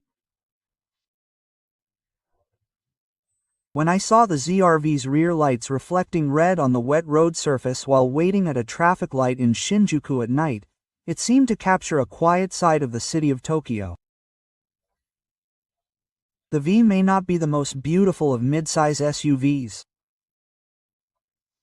but it is definitely the most genuine. It doesn't try to stand out, but simply quietly leaves a lasting impression. That is the appeal of this car. The exterior exudes a quiet charm, but once you step inside, you are greeted by the true spirit of a craftsman. It is subtle, refined, and never pushy. I sit in the driver's seat, put my hands on the leather steering wheel, and lightly press my foot on the accelerator. There is no typical annoying welcome sound. The gentle LED backlighting of the meter greets me as if I have been a longtime friend. The Z grade is the top of the line, whether it is gasoline or hybrid. It's easy to see why 89% of orders at Honda dealerships are for this Z grade. The high-quality seats, which match the exterior, wrap around your body just right and provide excellent lumbar support. The heated steering wheel is a small blessing that shines especially in the Tokyo winter. All seats are equipped with heated seats, and the air conditioning is independent on the left and right sides. The ceiling is trimmed in black, and the bright colors clearly give it a premium feel. I didn't think such attention to detail was necessary in a midsize SUV. But when my hands touch the soft dashboard and I grip the warm steering wheel on a winter morning, I realized that Honda didn't make it to show off, but to make its passengers feel good. The V isn't a technology-packed car like the Koreans are. But everything it has is practical and something you'll definitely use. The G grade is equipped with a 9-inch center display that is bright enough and supports Apple, CarPlay, Android, and Windows connections. The meter area is a combination of digital and analog, making it easy to see and free of unnecessary flashiness. There are USB-C and USB-A ports on both the front and rear. The 8-speaker audio system is not flashy, but the sound contours are clear and there is no unnaturalness like the usual pseudo-surround sound. Alban and I drove the ZR-V around Shinagawa. The sound of the PLICALP resonating pleasantly in the quiet and clean cabin while playing 1980s pop music was not particularly impressive. It was just right. The sound just flowed smoothly into your ears. Sitting in the back seat, even I, who am 174 centimeters tall, had enough space for 2 fists between my knees and the front seat, so children could move freely, and adults could sit comfortably for 3 hours from Tokyo to Karuizawa. What's more, the ZR-V has a flat floor. This is a benefit of the Civic platform design, so even in the middle seat, your feet are not cramped. It may seem like a trivial thing, but this is what makes it so typical of Japanese cars. Compared to the Toyota Harrier S-Grade, the ZR-V Z-Grade has a clear advantage in terms of the level of standard equipment. The V-Grade comes standard with full-size seats, while the Harrier S-Grade only comes with fabric seats. The steering wheel heater and front and rear seat heaters are also standard on the ZR-V, but not on the Harrier S. Furthermore, while the ZR-V has a luxurious black trim on the ceiling, the Harrier has a brighter interior, giving it a rather plain impression. The display is also 9 inches on the ZR-V and 8 inches on the Harrier. Independent control of the left and right air conditioning comes as standard on both. The Toyota emblem on the front is probably why the Harrier is chosen so often. But if you get in the ZR-V Z and grip that warm steering wheel on a winter night, you'll immediately notice the difference. The interior of the Grove is not designed to be a showroom buy. It's like a mobile salon. It's filled with a little silence to help you regain your composure in the midst of a noisy city. The storage space also has a very Japanese chrysanthemum arrangement. The large storage space is practically placed, and the cup holders are designed deep so that it doesn't shake even on winding roads. The center console can securely hold a wallet, smartphone, steering wheel, notebook, etc. It's a stress-free design that doesn't require you to store anything. A friend of mine who teaches English in Yokohama said this: Japanese manufacturers are ordinary, but when you actually use them, you realize, oh, they really thought about it. The V is not a car to show off to others. It's a car you want to get behind the wheel of every day. It's a car that's not just for transportation, but a car where driving becomes a part of your life. Some cars are born to be in the back seat. But there are others that you want to get behind the wheel of every day. The ZR-V is definitely the school building. The Honda ZR-V is available with 2 powertrains that are as distinct as the personalities of my 2 Japanese friends. The HEV hybrid model combines a 2.0 LVTEC engine with 2 electric motors, and an AWD4 drive system is also available, with the power transmitted through an ECVT. The biggest appeal of this model is the quietness and smoothness of electric driving, which takes priority at low speeds. On the other hand, the VTEC turbo gasoline model combines a 1.5L inline turbo engine with a CVT, and this also comes with AWD. The accelerator response is sharp, and the driving feel is powerful and direct. It's the perfect choice for those who prefer a sporty ride. I borrowed a dark blue ZR-V EHV and drove from Tokyo to Nikko. The rain had just stopped while I was driving on the Tohoku Expressway. The drive mode was normal. When I stepped on the accelerator, I didn't feel the jarring that you get with other hybrid vehicles. At low speeds, the electric motor takes over most of the driving force, and the car glides smoothly over ice. When it's time to overtake, the 2.0L engine operates quietly and without any discomfort. The power builds up naturally without becoming noisy. When I approached the famous 48 hairpin curves, I switched to the sport mode. When I pressed the accelerator deeply, the torque from the motor responded immediately. Despite being an SUV with a high center of gravity, there was no significant body roll, and the suspension was set just right, neither too hard nor too soft. The driving feel wasn't explosive like a sports car, but it was solid and had a realistic feel. I thought hybrids were for old men who only care about fuel efficiency. But this ZR-V EHV isn't just fuel efficient. There's something about it that makes me smile every time I enter a corner. I also tried the gasoline model, the ZR-V 1.5 Turbo. It was a short drive from Saitama to Chichibu, but I could definitely feel the difference. The CVT also has pseudo-step control, which reduces the lag during acceleration. Even when overtaking on National Highway 199, the accelerator pedal responded immediately when I stepped on it, and there was no noticeable time lag. The engine sound is realistic, with a gentle, pleasant unary sound. It's fun to drive, but it's by no means noisy. However, in congested cities, if you apply the accelerator roughly, it can be a bit rough. Clearly, the EHV is better suited to those who want a smooth ride. In February, I borrowed the AWD model of the ZR-V EHV again and took my family on a ski trip to Hakuba. The roads were slippery that day, with about 34 centimeters of snow. However, the ZR-V's AWD gripped the road firmly without me having to switch gears. The rear didn't slide around curves, and I could tell that the vehicle stability control was working naturally and reliably. I don't need an off-road vehicle. What I want is a car that won't let me down when I'm carrying my family. The Grove did just that. Fuel economy. It's economical, but it's not a car that only pursues fuel economy.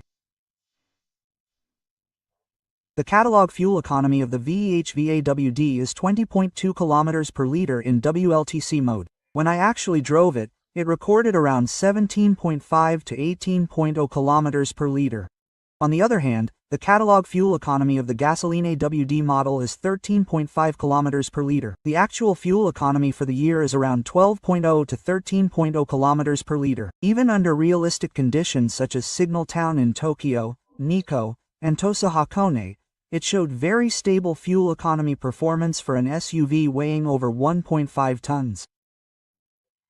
In terms of driving feel, the ZR-V EHV has a sharp accelerator response and quick reaction due to its electric priority drive system. On the other hand, the Harrier hybrid has a light accelerator and a slight delay in response, giving it a slightly mild impression. The steering of the ZR-V is solid and precise, while the Harrier's steering sometimes feels a bit aggressive. The suspension of the ZR-V is firm and sporty. On the other hand, the Harrier is soft and has a setting that prioritizes responsiveness. In actual AWD driving, the ZR-V was more agile and stable, while the Harrier tended to intervene a bit more. Overall, the ZR-V is a car that gives a strong sense of fun to drive, and in that respect it is clearly different from the Harrier.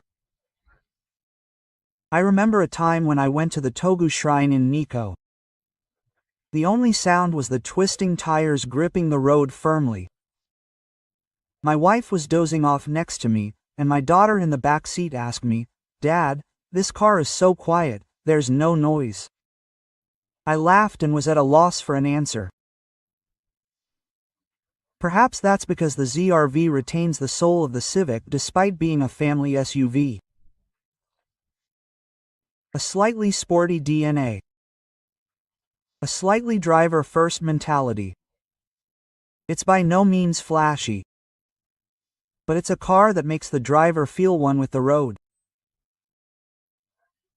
The ZR-V is by no means the most powerful car, but it has character.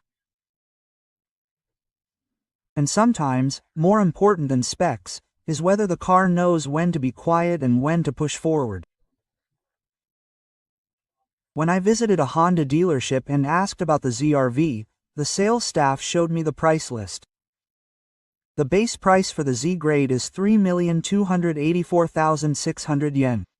If you choose the hybrid AWD, it will be around 3,920,000 yen including registration and tax.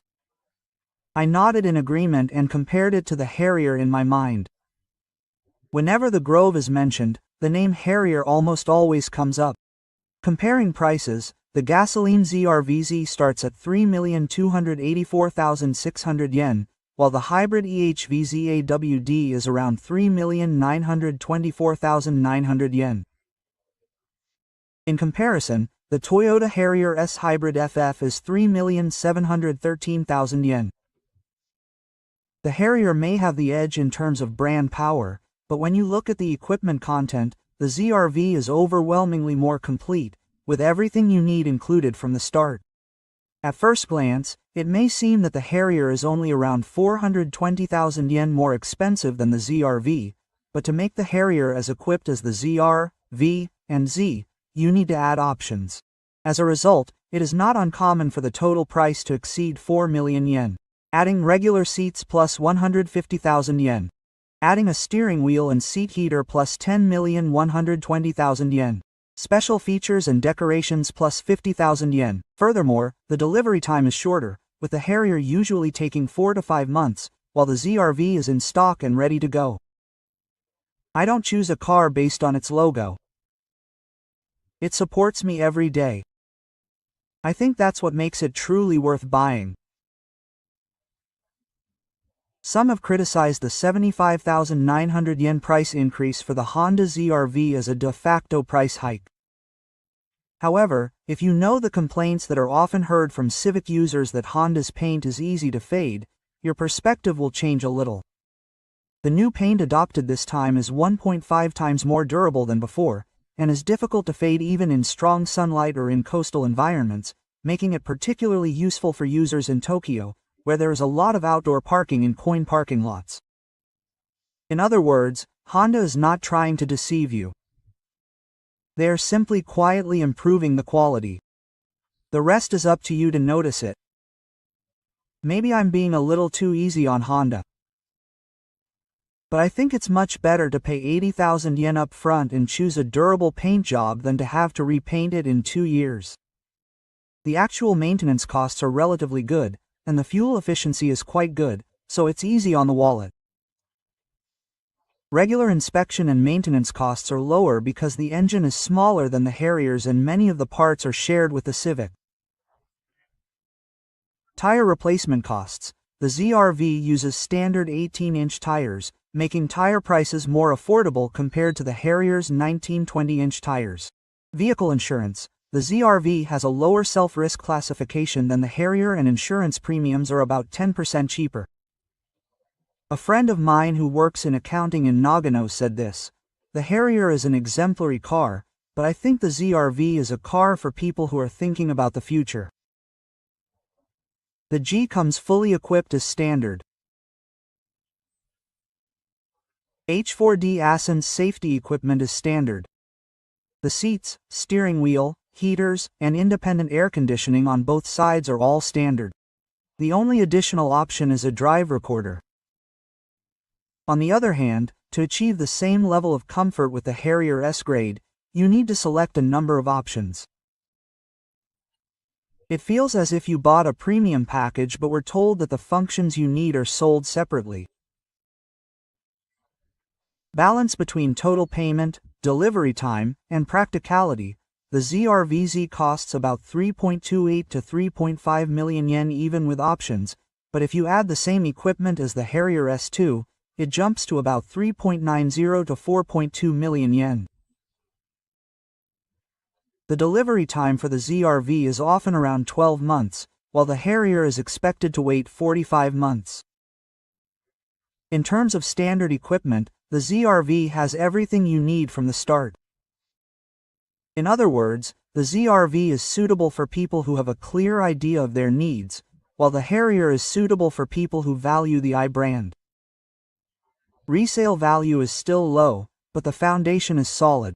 The V is still a new model, and there is little evaluation data on the used market. However, if you consider the following factors, you can expect a certain level of resale value. The compact platform shared with the Civic, the newly developed hybrid system EV, achieves both long-term performance and reliability. The AWD-compatible model is also in demand in public areas such as Tohoku and Hokkaido. If maintained properly, it is likely to achieve a resale value equal to or higher than the CR-V. I was once torn between two options. One was the Harrier, a car known for its elegance, and people around me would immediately say it was a good choice. The other was the ZR-V, which was still rare and not many people chose it. But strangely enough, this one fit my lifestyle better. In the end, I didn't choose the ZR-V because it was cheap. It was the right car for me.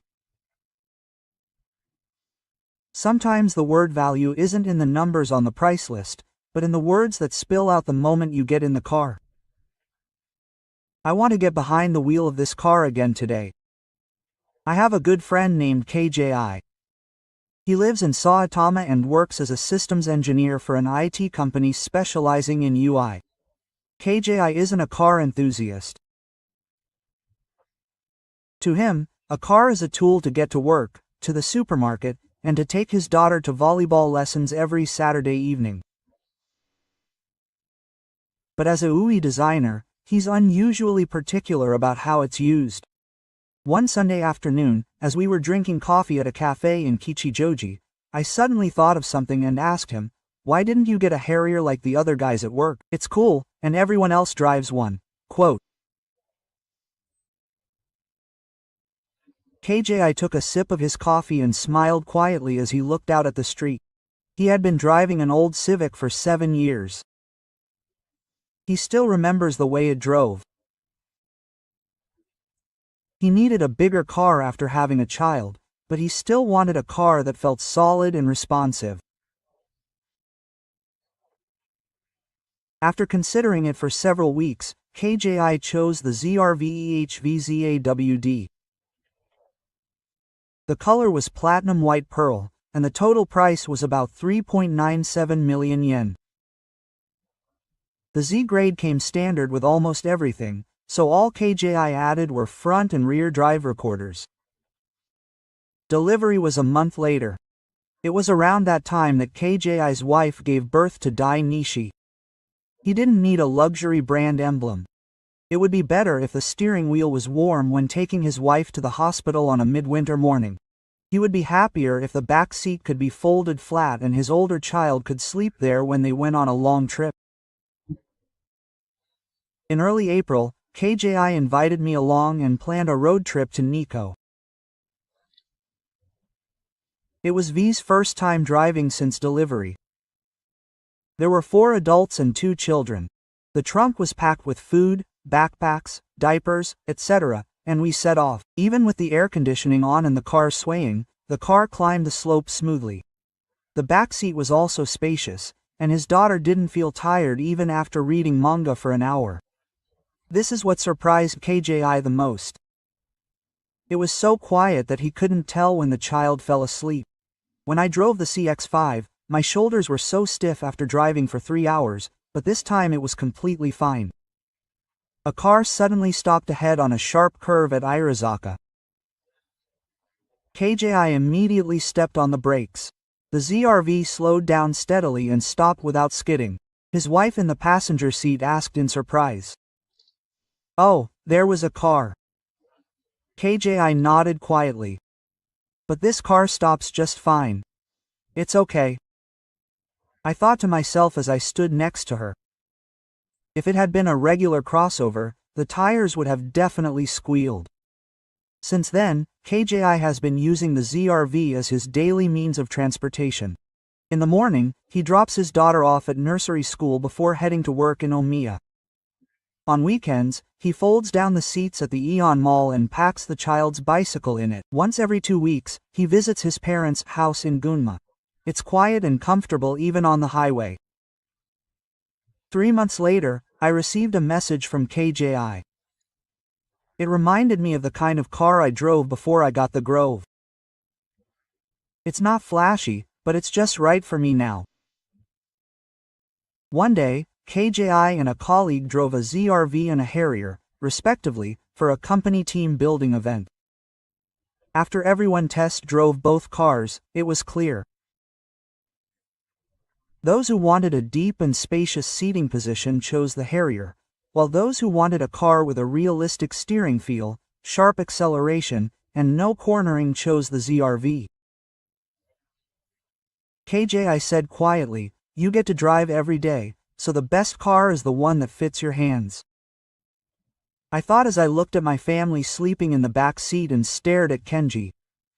One of the fathers, an IT engineer, usually seemed a little sullen, but his smile was one of genuine satisfaction.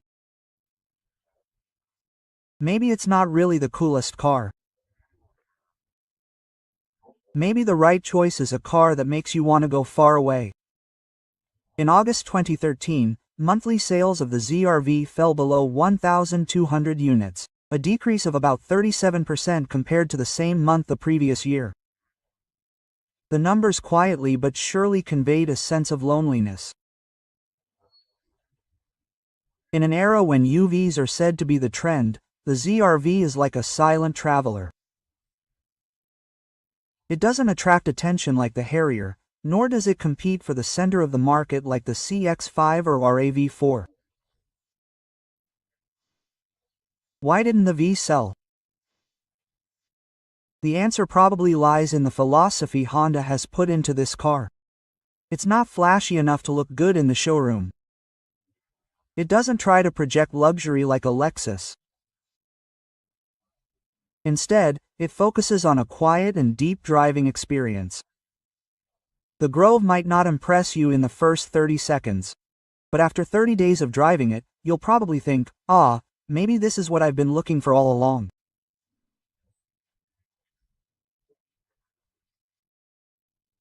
I once asked the manager of a Honda dealership in Meguro, "Are you honestly disappointed that the Grove hasn't sold as well as you'd like?"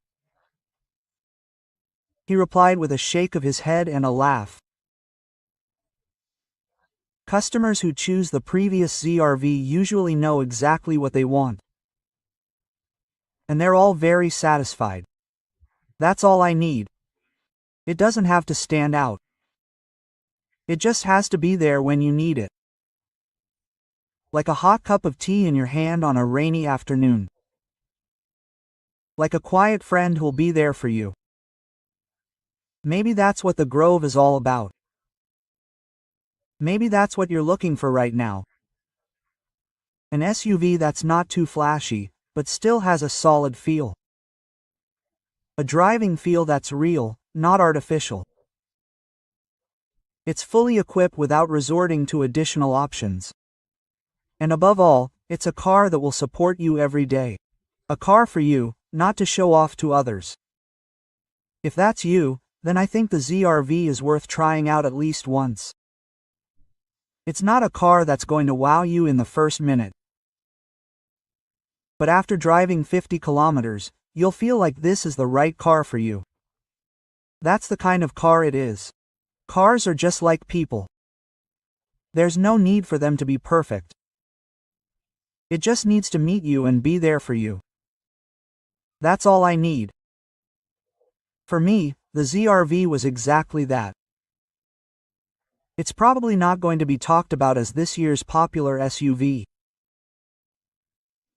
But as I drive through the narrow streets of Yanaka, park on a small slope in Kamakura, and pick up my daughter from elementary school in Katataku Ward, I find myself smiling broadly as I hold the wheel. If you're looking for an SUV that feels Japanese, a car that's quiet, polite, and unobtrusive, then I urge you to take a test drive of the ZRV at your nearest Honda showroom this weekend. Sit down in the seats, turn on the soft air conditioning, and take it for a test drive. Maybe KJI's words will resonate with you too. I can't remember what kind of car I drove before I got into V. It was cool this morning. Autumn has already begun outside Chichibu. I decided to put on a light jacket to cope with the morning chill. But strangely enough, it wasn't the weather that made me want to do it. There was only one reason. Today was the day I got to drive a car I used to take lightly. The Nissan X-Trail. Well, it's just a regular SUV, maybe a little too immature. That's what I thought. But this year, 2025, Nissan quietly announced a minor model change. There was no flashy campaign, and no media fuss. But the changes felt like a subtle jab at the RAV4 and Harrier.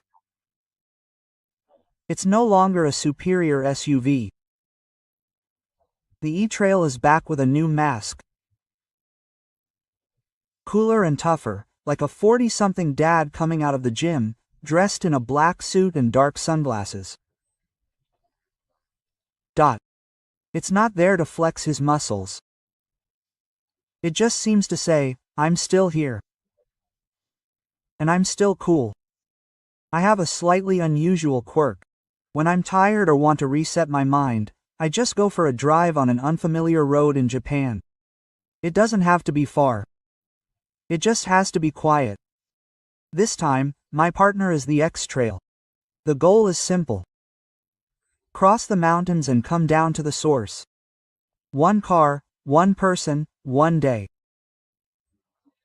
Is this SUV really a new outfit, or has it just been ironed? Let's find out. Minor change to the 2025 model of the X-Trail.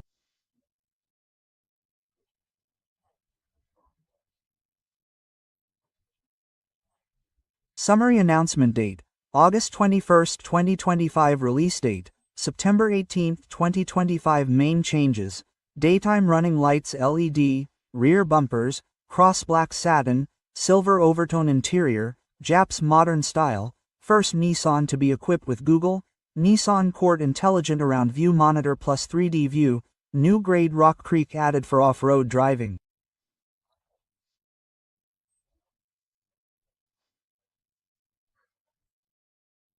This is not a full model change. It's not a car that has been redesigned or given 300 horsepower. But for some reason, I was intrigued. It's somehow very Japanese. It's not overly modified. It's not flashy. It's not dramatic. But it's definitely changed. Will this car change my sense of infiltration? Or will you just forget about it as you drive another SUV home? Let's go. Why is it that this X-Trail 2025 is so late to tell me about it? Let's find out together. Have you ever seen a car after a long absence and thought that the atmosphere has changed a little? Question mark. It's not a dramatic change, but it definitely feels like it's been focused on. That's exactly what the X-Trail 2025 is. The changes around the headlights are small but surprisingly significant. Nissan has changed the daytime running lights to LEDs that are always on. The thin, glowing lines along the top line make it look like this is no longer just a car standing still. You can tell at a glance that the engine is running. The turn signals are also fully LED, both front and rear. It's a small detail, but it's a very realistic evolution in Japan. In the early morning fog, only the LED light lets competitors know that you're there. Katakana. I used to leave the headlights on a lot when I was stopped. With these LED daytime running lights, I won't have to worry about the guy in the motor taxi honking at me. The finish of the front and rear bumpers is also different if you look closely. Previously, it was just plain black plastic, but now it's gloss black with a sheen that's almost like a tuxedo. There's also a silver accent on the left side, which makes it look like a silk tie is casually fastened. It's not too flashy, but it's definitely better. Did you see the katakana? It's just a small retail change, but it can completely change the overall impression of the car. The old X-Trail had the look of a guy cutting off a down jacket when he went to the supermarket, but now it looks like someone wearing a long coat from Uniqlo and thin sunglasses. The shape of the body itself hasn't changed much. But it's square, sturdy presence is evident. While the RAV4 is competing with the sporty style and the Harrier is pursuing the luxury of a coupe fuel, the X-Trail has consistently maintained a practical, sturdy style. Just look at the katakana. There aren't many curves. But you know, when it snows 20 centimeters in Hokkaido, a car that isn't this sturdy will warp. If you think the standard grade is a bit too tame, the new Rock Creek will slap you in the face. It looks almost the same, but the overall vibe, with its black wheels, roof rails, and rugged, textured teak trim, says I'm an outdoorsy guy. Katakana. I used to get an Outlander because the X-Trail was a bit too big. But the current Rock Creek, I'm torn. The new E-Trail versus its rivals. Let's compare them. Toyota RAV4, American muscular design. The rear lights look a bit old-fashioned, and some say it's hard to tell the difference between the grades on the front fascia. Mazda CX-5, curvy and elegant. It has a luxurious feel, but it lacks the real off-road feel. Nissan Trail 2020. It's not quirky, but the details in various places have been updated appropriately, taking the overall feel up a notch. The Rock Creek in particular has a serious feel that reminds me of the old Patrol. The new E-Trail's design isn't a flashy facelift like the Koreans. But this over-the-top shrimp aesthetic is actually more realistic. Like a man who exudes confidence even without wearing a suit. I feel like he bought the katakana. Why was the X-Trail the best-selling SUV in Japan for a time? Even if you don't shout at someone to look at you, if you just stand there quietly, people will naturally come closer. I think of the interior of a car as being like the living room of your home. It's where you spend your time, where you breathe, and where you make memories. The exterior makes a first impression, but the interior is where you decide whether to keep people or make them leave. There are no blue or red LED ambient lights, and there's no giant monitor like in a Tesla. But the elegantly black dashboard features straight, carefully stitched lines. It's as tense and beautiful as a sword drawn from its sheath. The moment I entered the space, I felt a sense of sobriety and order. It's very Japanese, modern. No flashy gimmicks needed. Just refinement is enough.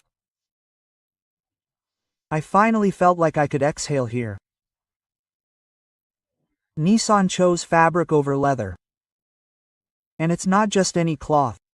The cloth-textured material is reminiscent of the futons in high-class inns. It's soft but not slippery. The moment you sit down, you feel as if you're being gently wrapped from the side. Choosing fabric in Japan isn't about saving money. There's a philosophy behind it that warmth comes from feelings, not materials. I was relieved to see that the dial switch for the air conditioner was still there. Some people might prefer everything to be touch-sensitive, but on a cold day in Yuzawa, when your hands are shaking and you're trying to operate it, this physical switch is a lifesaver. Katakana, huh? Move the front passenger seat. Yes, it's too smooth. Female voice. Yeah, it feels similar to the seats in the green cars of the Shinkansen. It's not flashy, but it's just right for Japanese people. The driver's seat isn't very spacious. But everything is in just the right position. It's the best position for people under 175 centimeters tall. If you're 180 centimeters tall, your knees might hit it a little when the steering wheel is all the way down. But that's within acceptable limits. There's enough space between the armrests of all the seats to fit a Family Mart lunchbox, a cup of coffee, and a smartphone. This is where I was most surprised. The Google Assistant is natively integrated into the NC. It's not the old fake voice assistant. Now, if you say, "Take me to Kawaguchi Onsen, Google," it will instantly give you directions in perfect Japanese. Katakana, it's finally here in 2025. Well, it's better than nothing. On the way up the hill, I tried using the native version of Google Maps in the car. It runs smoothly and there's no lag. What's more, Spotify, YouTube, and music are already linked to my Google account. And Japanese parking lots are narrower than car parks. It's in places like these that the 3D view camera really shines. You can see the car from above, diagonally, and all the way down to the bottom. It wasn't even a sweat when I backed into a parking space that was just 20 centimeters wide for the first time in a large SUV. Katakana. When I used to drive a CX-5, my wife would get out and guide me every time I backed up. But now, with the XR, she just sits in the passenger seat and plays with her smartphone. Some people might not like the minimalism. Others might like the ivory white leather seats and the huge LED screen. But if you've ever been soothed by a full-on car wash, or slept in a ryokan that smells like mochi, then you'll understand. The interior of the X-Trail isn't meant to surprise you. It's simply meant to quiet you. Katakana. I don't know why, but I just found myself smiling. Maybe it's because I've finally found my own little space in this SUV. Cars aren't just a means of transportation these days. They're a bundle of personal, mobile technology, like smartphones. It's no longer just about whether the car will drive properly, but whether it will support your driving, whether it will learn in tight spaces, whether it will help you when you're stressed.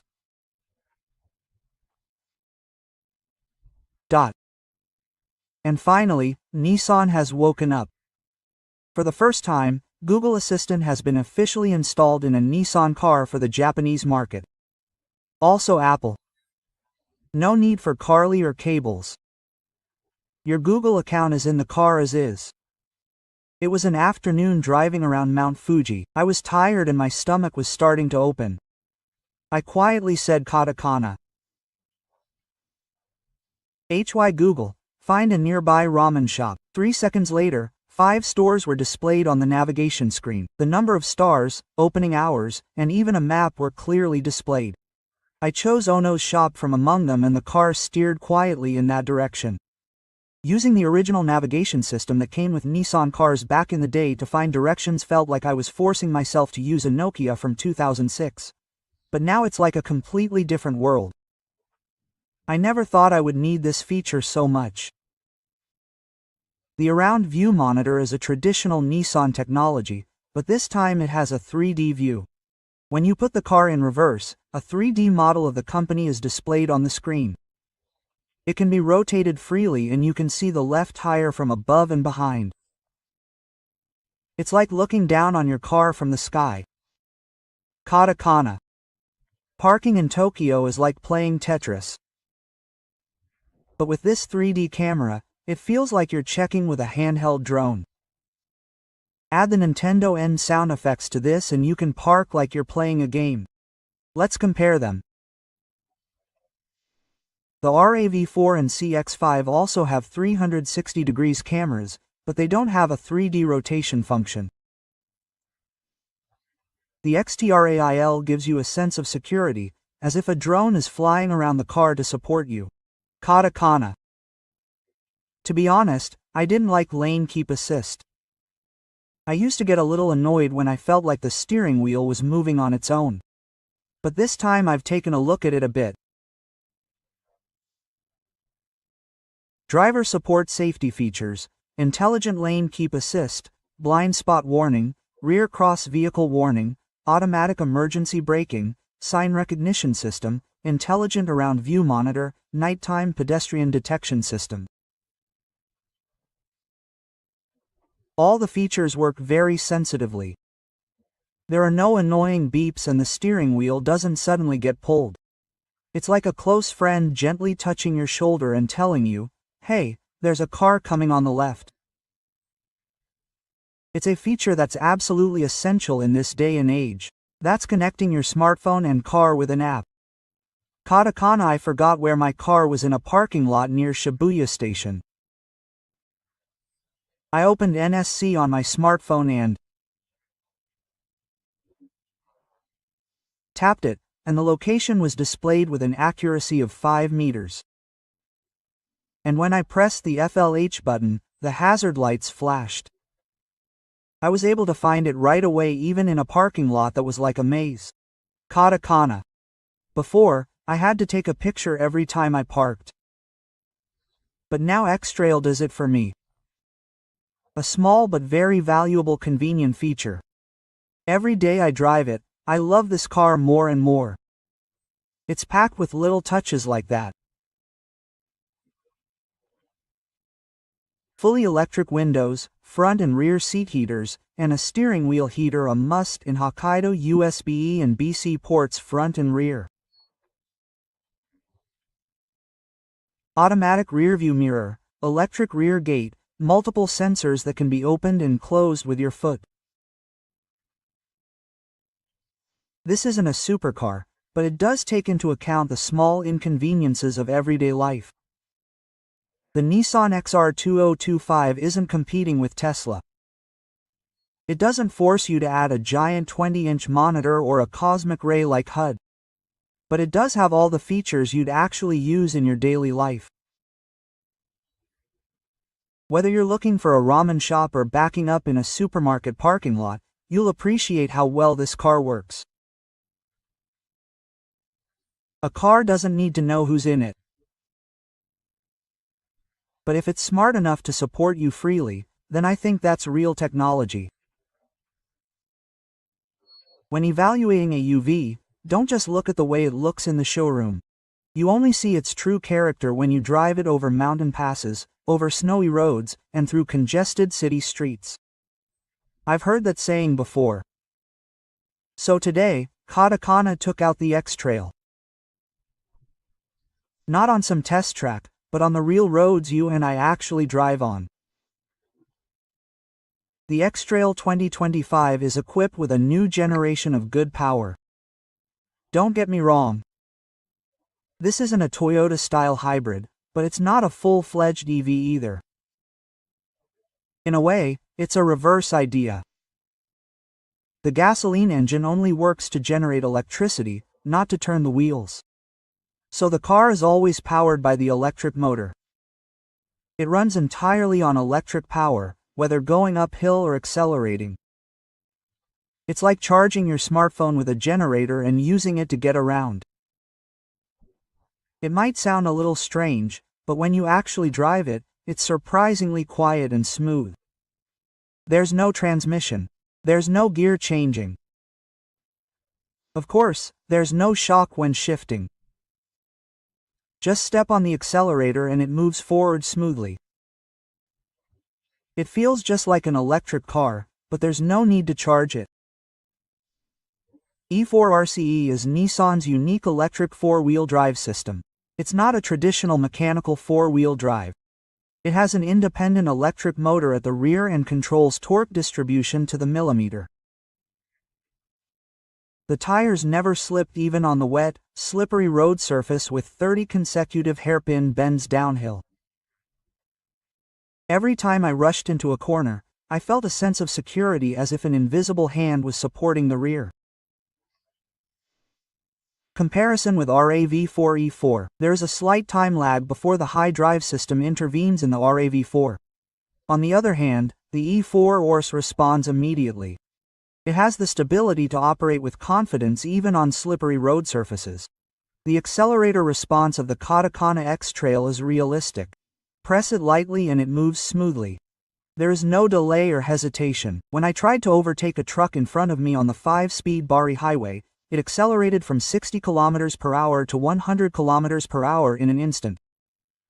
The steering feel was just right, and the assistance from the electric power steering was just right. It is not too light or too heavy, and you can feel the accurate response even when you turn the handlebars quickly, especially when a motorcycle suddenly changes lanes. Even though it is an SUV weighing over 1.7 tons, it does not feel sluggish even in the city. In fact, there are times when it feels more compact than its size suggests. I have driven the X-Trail in the front of the car in Sapporo. The impression I got from the 4WDs at that time was that they were pretty much usable. But this year's E4 Ors was a completely different beast. Roads around Lake Shibetsu. There was a thin layer of snow. Katakana deliberately entered the curve earlier than usual. When he did, the tires didn't slip, and even though he wasn't pressing the brakes hard, the rear wheels automatically adjusted the torque balance and gripped the road surface firmly. It was as if a human professional was manually operating each tire instead of the ESP anti-skid system. Katakana may not believe it, but it really felt more like being protected than being controlled. Despite running on gasoline-powered electricity, the fuel efficiency is excellent. Driving on a mountain pass, a town highway, and a mixed-speed road, it got about 17 km per liter and 5.8 L. This is a surprisingly good figure for an AWD SUV. And it doesn't sacrifice ride quality. There's none of the negative elements that are common in hybrid vehicles, such as the roar of the engine or the heaviness or sluggishness when accelerating. Nissan XR vs car comparison. XR e-Tower plus E4 ORC.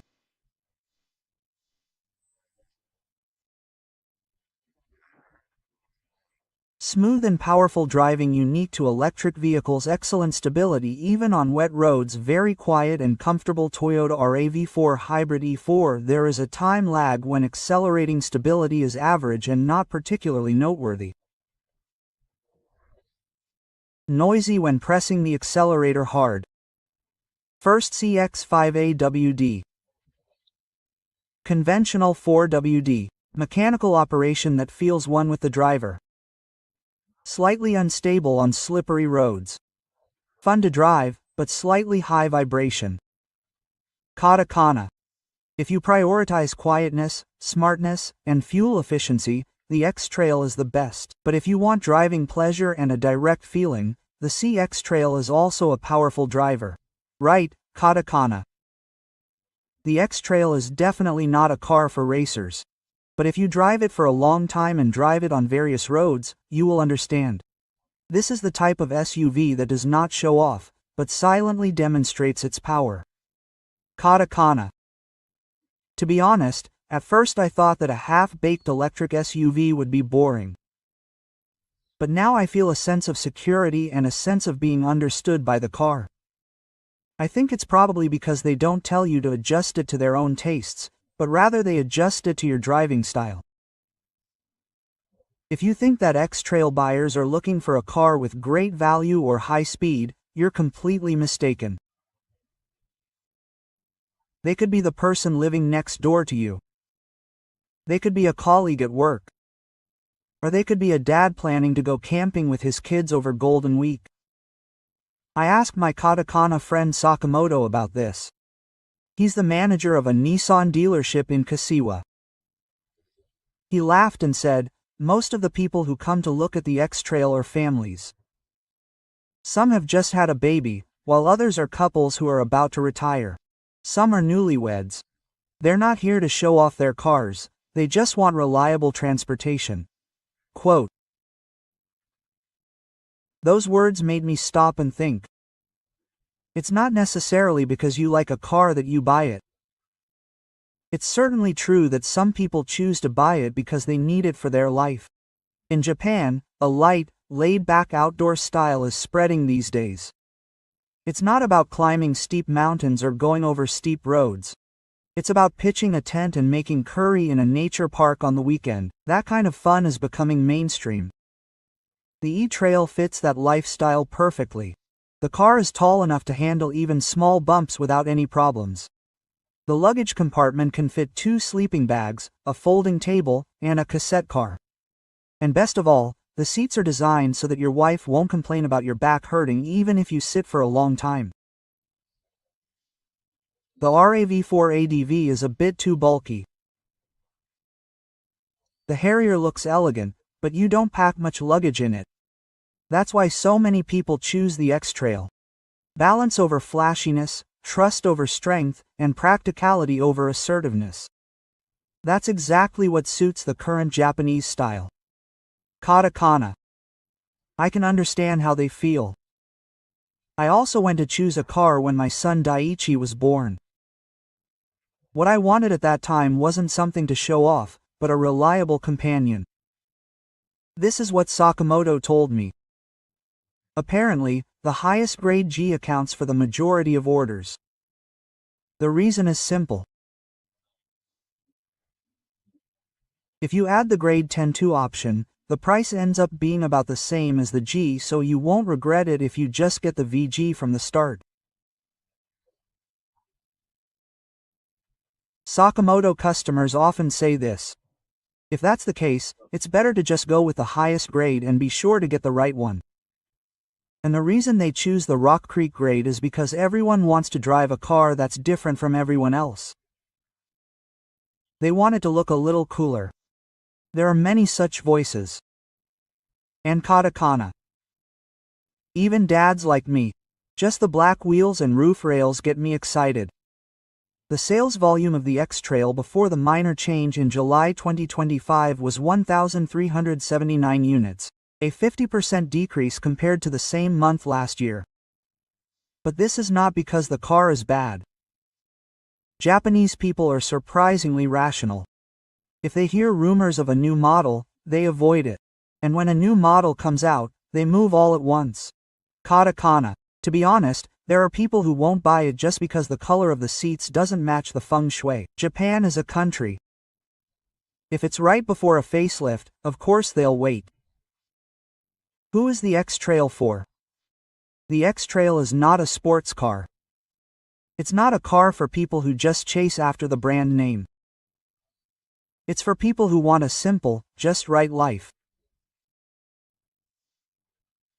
If you're looking for something in between that's not too big, not too small, not too luxurious, not too practical, not too flashy, not too safe, the X-Trail will definitely support you like this. I'm not a fan of speed, but I can be a trustworthy partner. Let's fight. I drove the 2025 X-Trail around the winding roads of Nikko. I backed into the tightest parking lot in Tokyo. I laid down with the near gate open next to a fall foliage forest in Chichibu. And I thought, this car may not be the best, but it's a car that knows who it's for. Katakana. I used to like cars that people would look back on. Demo and death, having kids, what I need now is something stable, quiet, and reliable. After 2 years of being pushed back by Toyota and Matsuda, Nissan didn't opt for a flashy comeback. They've quietly and persistently made the improvements that really matter. It's like a Japanese swordsman carefully repairing a broken sword. Katakana. There's no need for big talk. Just sit in it and drive it and you'll understand. Ultimately, a car should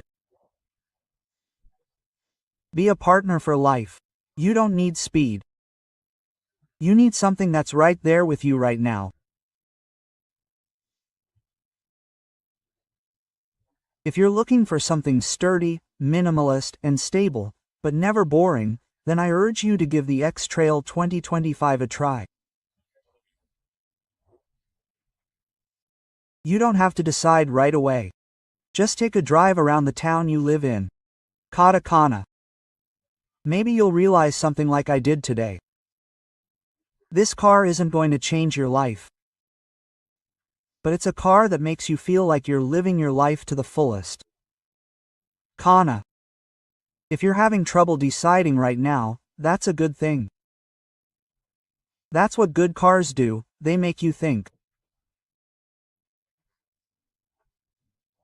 And if you're looking for a car to accompany you on your life's journey, the answer might be sitting quietly in the corner of your nearest showroom. Or it might be quietly waiting for you in that quietest moment of your life. It was around 7 a.m. I was standing in my usual Taniadani alley after walking my dog when an SUV slid past. It was quiet, elegant, and had a strong presence. At first glance, I thought it was a CX-60. But the rear was short and the overall proportions were clearly different. Could it be the new CX-5? My heart raced just a little at that moment. It was strange. I'm not at the age where I get excited about cars anymore, and after 10 years in this job, most cars just pass me by. But Matsuda was different. I think it's probably because it's connected to memories and emotions. CX-5. This name is familiar to me. I used to drive the first generation 2.2 diesel. Back then, I would drive all over Kyushu, take friends to Beppu, or go for a quick drive up Asa. That car drank water like water, but it was so powerful and the steering was as solid as if nails had been hammered into it. Time passed, and I got rid of that CX-5 and switched to the more compact CX-30. But somewhere in my heart, I've always been following the evolution of the CX. And today, on a familiar street in Tokyo, the CX-5 made another appearance in a completely new form. This is the third generation CX-5, which was announced in Europe and is scheduled to be released in Japan in 2026. I have to do some research on this. I want to test drive it and feel it for myself. Not just as a reviewer, but somewhere in my heart, I want to know. Is this the CX I used to love? Or is it just a bigger, shinier, more expensive car? In today's video, I'll be taking a closer look at the third generation CX-5. I'll be talking to you with real-world experience, technical analysis, and a very personal touch, as if I were talking to a close friend. If you were a student in Hiroshima like I was, you'd probably feel this way. Matsuda is more than just a car manufacturer. Matsuda is a source of pride. It's the soul of the city. I used to go to Hiroshima University. I would often see Matsuda employees coming out of the factory in their blue work uniforms in the evenings after work. To many people, it might just be a company, but for the Japanese, especially the people of Hiroshima, Matsuda is a symbol of rising from the ruins of the post-war era, and the very embodiment of starting from scratch. When Matsuda unveiled the first-generation CX-5 in 2013, it wasn't just a new model. It ushered in a new era. SKACIV soul of mobility design, and a driving philosophy of oneness between driver and vehicle. When I first drove the CX-5, the 2.2 diesel felt like someone was pushing me from behind as I accelerated down the highway. Despite weighing nearly 1.6 tons, it was smooth and solid, as if it was glued to the road. At that time, Matsuda had found its own unique flavor in the fiercely competitive SUV market. As of 2023, the CX-5 has sold over 3 million units worldwide.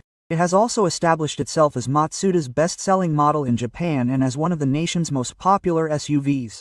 In July 2025, Matsuda announced the new CX. This announcement was made in Wellington, Europe, rather than Tokyo. This was unexpected.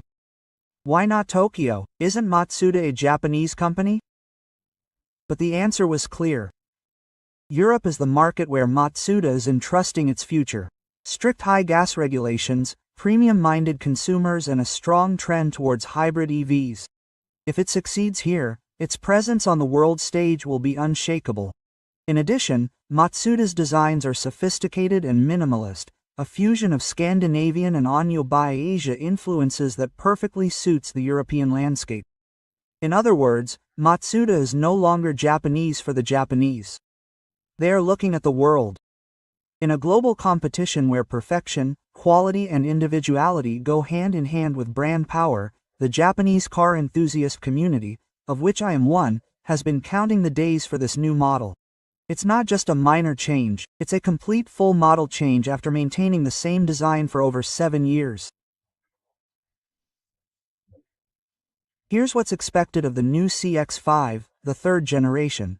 Taking the perfection of the design to the next level, improving the quality of the interior so that it can compete with the LED USX and Audi 9, maintaining that unique driving feel that satisfies those who fell in love with the car, not the price or brand, and optimizing the hybrid technology to meet environmental standards in Europe and Japan. For me, this core generation of the CX symbolizes the growth stages of the Mazda brand. The first generation was a declaration of independence, saying it was different from the others. The second generation was a conviction that it had what it took. And this third generation inherited the idea that it was ready to go out into the world. The moment I saw that car in the evening light, I thought, Matsuda has really gone all out. The new CX-5 does not break the KOD soul of motion philosophy that Matsuda has stuck to for over 10 years. However, it has evolved into a more mature, sharper, and more refined appearance. If the previous generation was a smart young man in his 30s, the current generation is a businessman in his 40s who knows himself well, and they are eye-catching in their natural state without trying to stand out. CX-5 exterior dimensions comparison with Sendai overall length 4,575 mm 4,690 mm plus 115 mm overall width 1,845 mm 1,860 mm plus 15 mm front width 1,690 mm 1,695 mm plus 5 mm. It may only be an 11 cm increase, but when you look at the actual product, you can clearly see the difference. The front is imposing, and the rear is sharper, with impressive details that give the impression of a more compact CX-60. Thin LED headlights and multiple key lights. These aren't just lights. They're like the sharp gaze of a samurai before drawing his sword. A car with soul. It slowly fades away. When I saw the lights swaying and disappearing while driving through Shibuya at night, it felt like the blink of an eye. The black bronzes and dark chrome grille frame aren't flashy, but that's what makes them good. They have a Japanese beauty that has been stripped of all unnecessary elements. The near emblem only has the letters Mazda, so there's no need for a symbol. Just having the name engraved on it is enough to convey the message. One day I tried parking in an underground parking lot near Shimokitazawa Station. It took me 10 minutes to finally get it to stop. The reason is simple. The overall width of 1,860 mm is just too much. It's also tricky to open the door. In Japan, an overall width of 1,850 mm is considered the psychological optimum. However, if it exceeds that, many automated parking garages become difficult to use. In the case of the CX type, you are limited to open-air parking lots or high-grade mechanical cars. A comment from my friend, architect Taya. If this car was parked in front of my studio, my clients would probably say, "Have you switched to a German car?" My sister, a college student in Musashino, said, "I think it's cool, but I think housewives would probably be a little confused by the size." CX-52026 Tribal Car Size Comparison. CX-520264690 Extension 1860 Luxurious and Mature Impression. RAV44640 Extension 1855 Powerful and Practical Forsta 4640 by 1815 mm Sports Traditional. The CX-5 stands out in terms of its visual presence. On the other hand, it is a gray area in terms of size for people living in urban areas. The moment I saw my own small CX-30 parked next to it and compared it to the new CX-5, I thought to myself, if I lived in the suburbs and had a house with a garden, I would definitely switch to this. But then I heard another voice. Perhaps it is accepted that as we get older, we start to want bigger things, and that is generally a reflection of our feelings. The words that came out of my mouth were, "Is this really the interior of a two-wheeled SUV priced under 4 million yen? The difference is noticeable the moment you open the door. It's a little more luxurious. There's no half-baked feeling like a water body anymore." The CX model has entered the world of those who have seriously aimed for luxury. The interior colors are deep, with a mix of brown, beige, and black. The stitching on the seats is thick and deep, and the touch is not too slippery, but has a slightly grippy feel like high-quality furniture. The armrests and center console are high, providing a driving position that is wrapped in a German car-like atmosphere. The air conditioning vents are thin and sharp, giving the impression of the latest Volvo. This space is like a Japanese tea room. It's simple and has no unnecessary elements. But everything is where it should be. The details show that Matsuda has truly listened to the voices of its users. The dashboard is made of 3 layers of faux leather, and the accents are made of Tsuchi stitching. It feels like touching a leather pouch hand sewn by a craftsman in Kyoto. The aluminum door handles on the left have a cool texture the moment you put your finger on them. This isn't chrome-plated plastic anymore. This is real metal. The front seats, which have a genuine texture to them, firmly support your back and thighs. Even on a long drive to Karuizawa, my eyes didn't get tired at all, unlike the previous generation. The Boss premium speakers are positioned with consideration for warmth. On the way back from a cafe in Odayama, when I put on some jazz music, I couldn't help but stop the car and listen to the song until the end. Matsuda has eliminated the command switch on the center console and consolidated all operations on a large touchscreen. It looks beautiful, operates smoothly, and responds quickly. However, the lack of physical switches can make it difficult for traditional users to use. When I was driving the C2, I tried to turn the air conditioner down just 1 degree by tapping the screen 3 times, but I gave up in the end. I admit that it's beautiful. But that's not enough. When you're driving during rush hour in Tokyo, what you need is precision. You can't afford to rely on your intuition. I understand Matsuda's desire to eliminate waste. But sometimes, reducing the number of buttons isn't about minimalism, it's just about the designer's self-indulgence.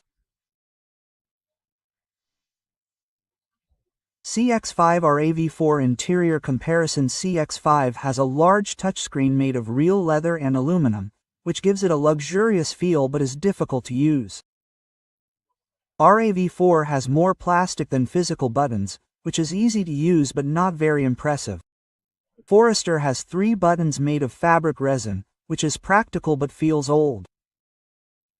CX-5 is superior in terms of materials and design, but the RAV4 wins in terms of everyday usability.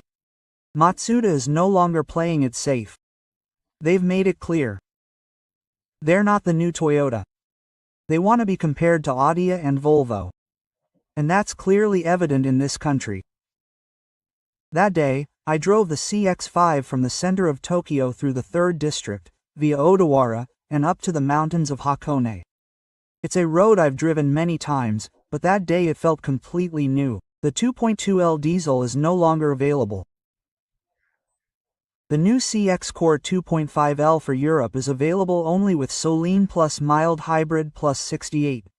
Expected specs for Japan: 2.5L SCADA-VG plus Mild Hybrid 24 volts maximum output, approximately 188 horsepower maximum torque, approximately 250 m drive system. FF standard AWD is optional. Matsuda says this is an environmentally friendly choice.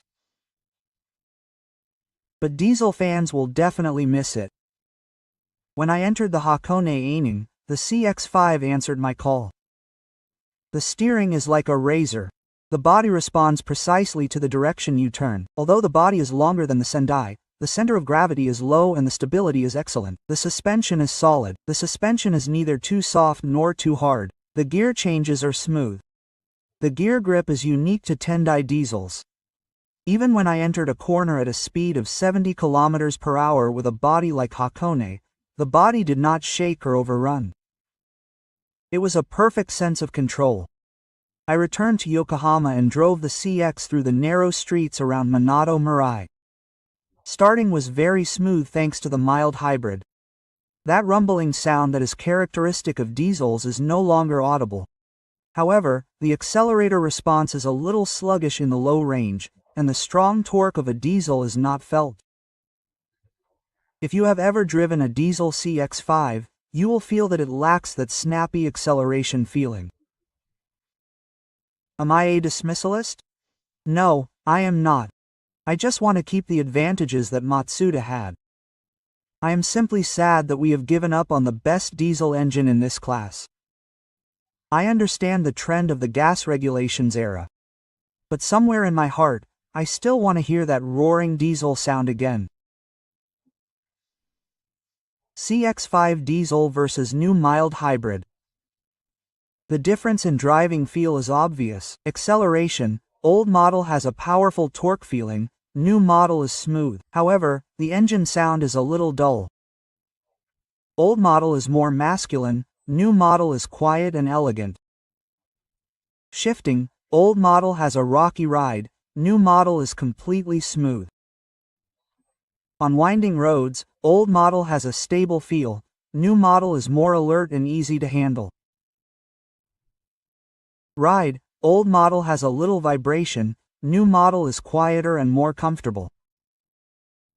While the new CX-5 pursues quality and formality, it has lost some of the power and individuality of the previous model.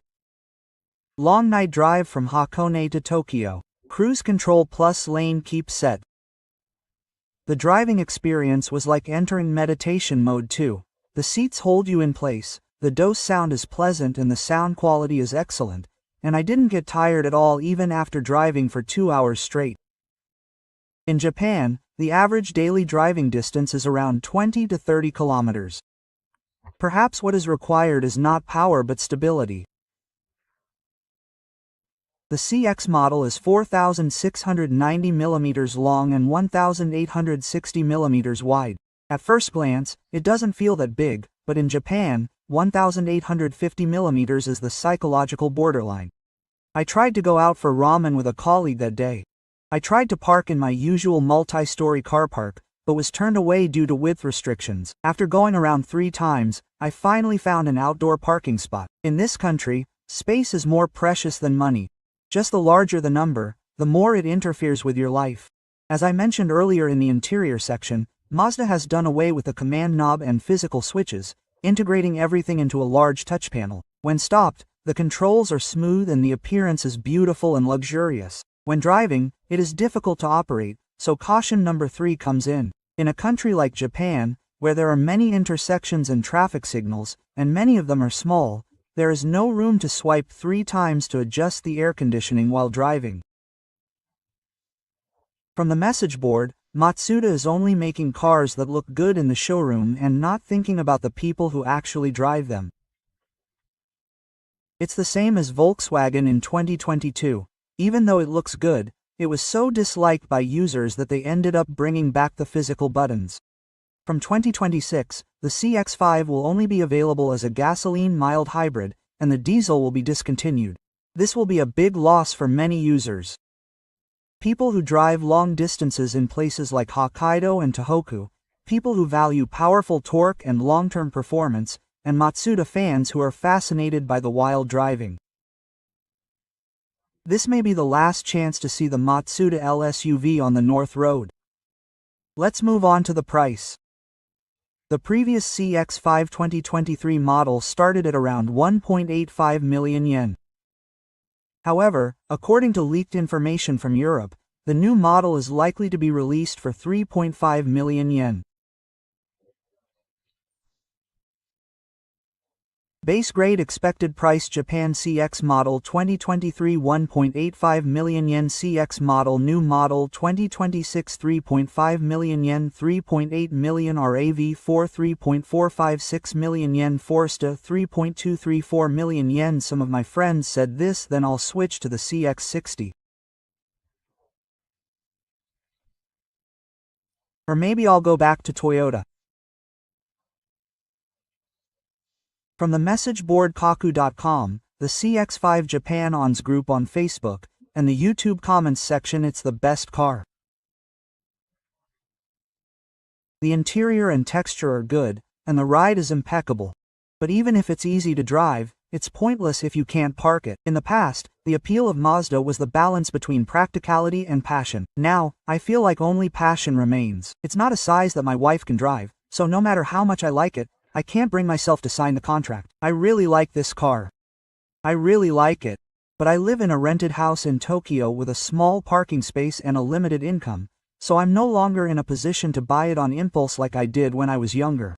If it were me in 2015, I think I would have reserved it immediately, but now that I'm in 2025, I need to make a more rational decision. In front of me is the RAV4 ESCX60. And this question has been on my mind ever since. Should I reserve the CX5 now, or should I wait for the hybrid version in 2027?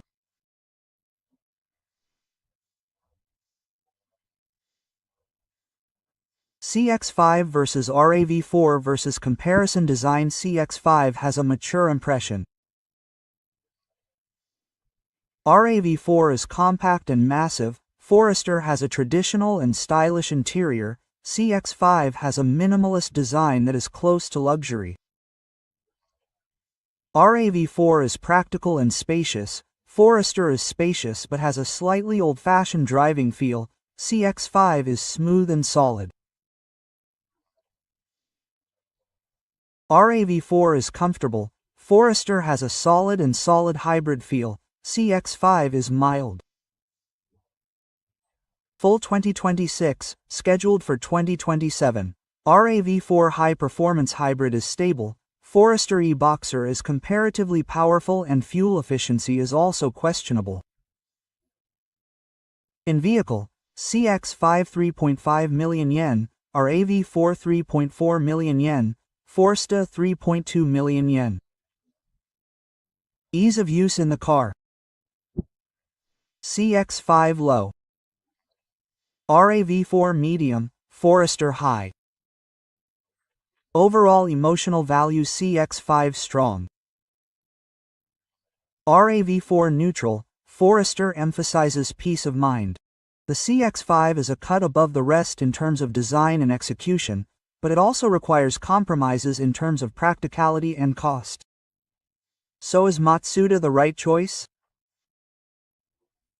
Matsuda has already announced that it will introduce the full hybrid SKTI VZ in 2027. The new technology will improve fuel efficiency and reduce emissions. If you don't need it right away, it makes sense to wait. If a model with better fuel efficiency and tax advantages is coming out in 2 years, there's no reason to spend 3.5 million yen now. But if you need a car right away and want to cherish the feeling of living with a car, you should reserve it now. The CX5 is a car that makes you feel proud every time you open the door. You can tell the difference even when it's next to other SUVs in the parking lot. The design and handling feel like Matsuda's. And you grow with the car. If you live outside and value beautiful design more than a grand with plenty of parking space. It's not just about driving, you want to enjoy the driving experience. So you don't need to wait. I sat there, staring at my coffee getting cold, and thought, I won't reserve it now. I'll wait for the hybrid. It's not because this car isn't good enough. I just want to make sure that the next car I drive shouldn't be a tool, but an extension of myself, so the new CX5 is proof that Matsuda is growing.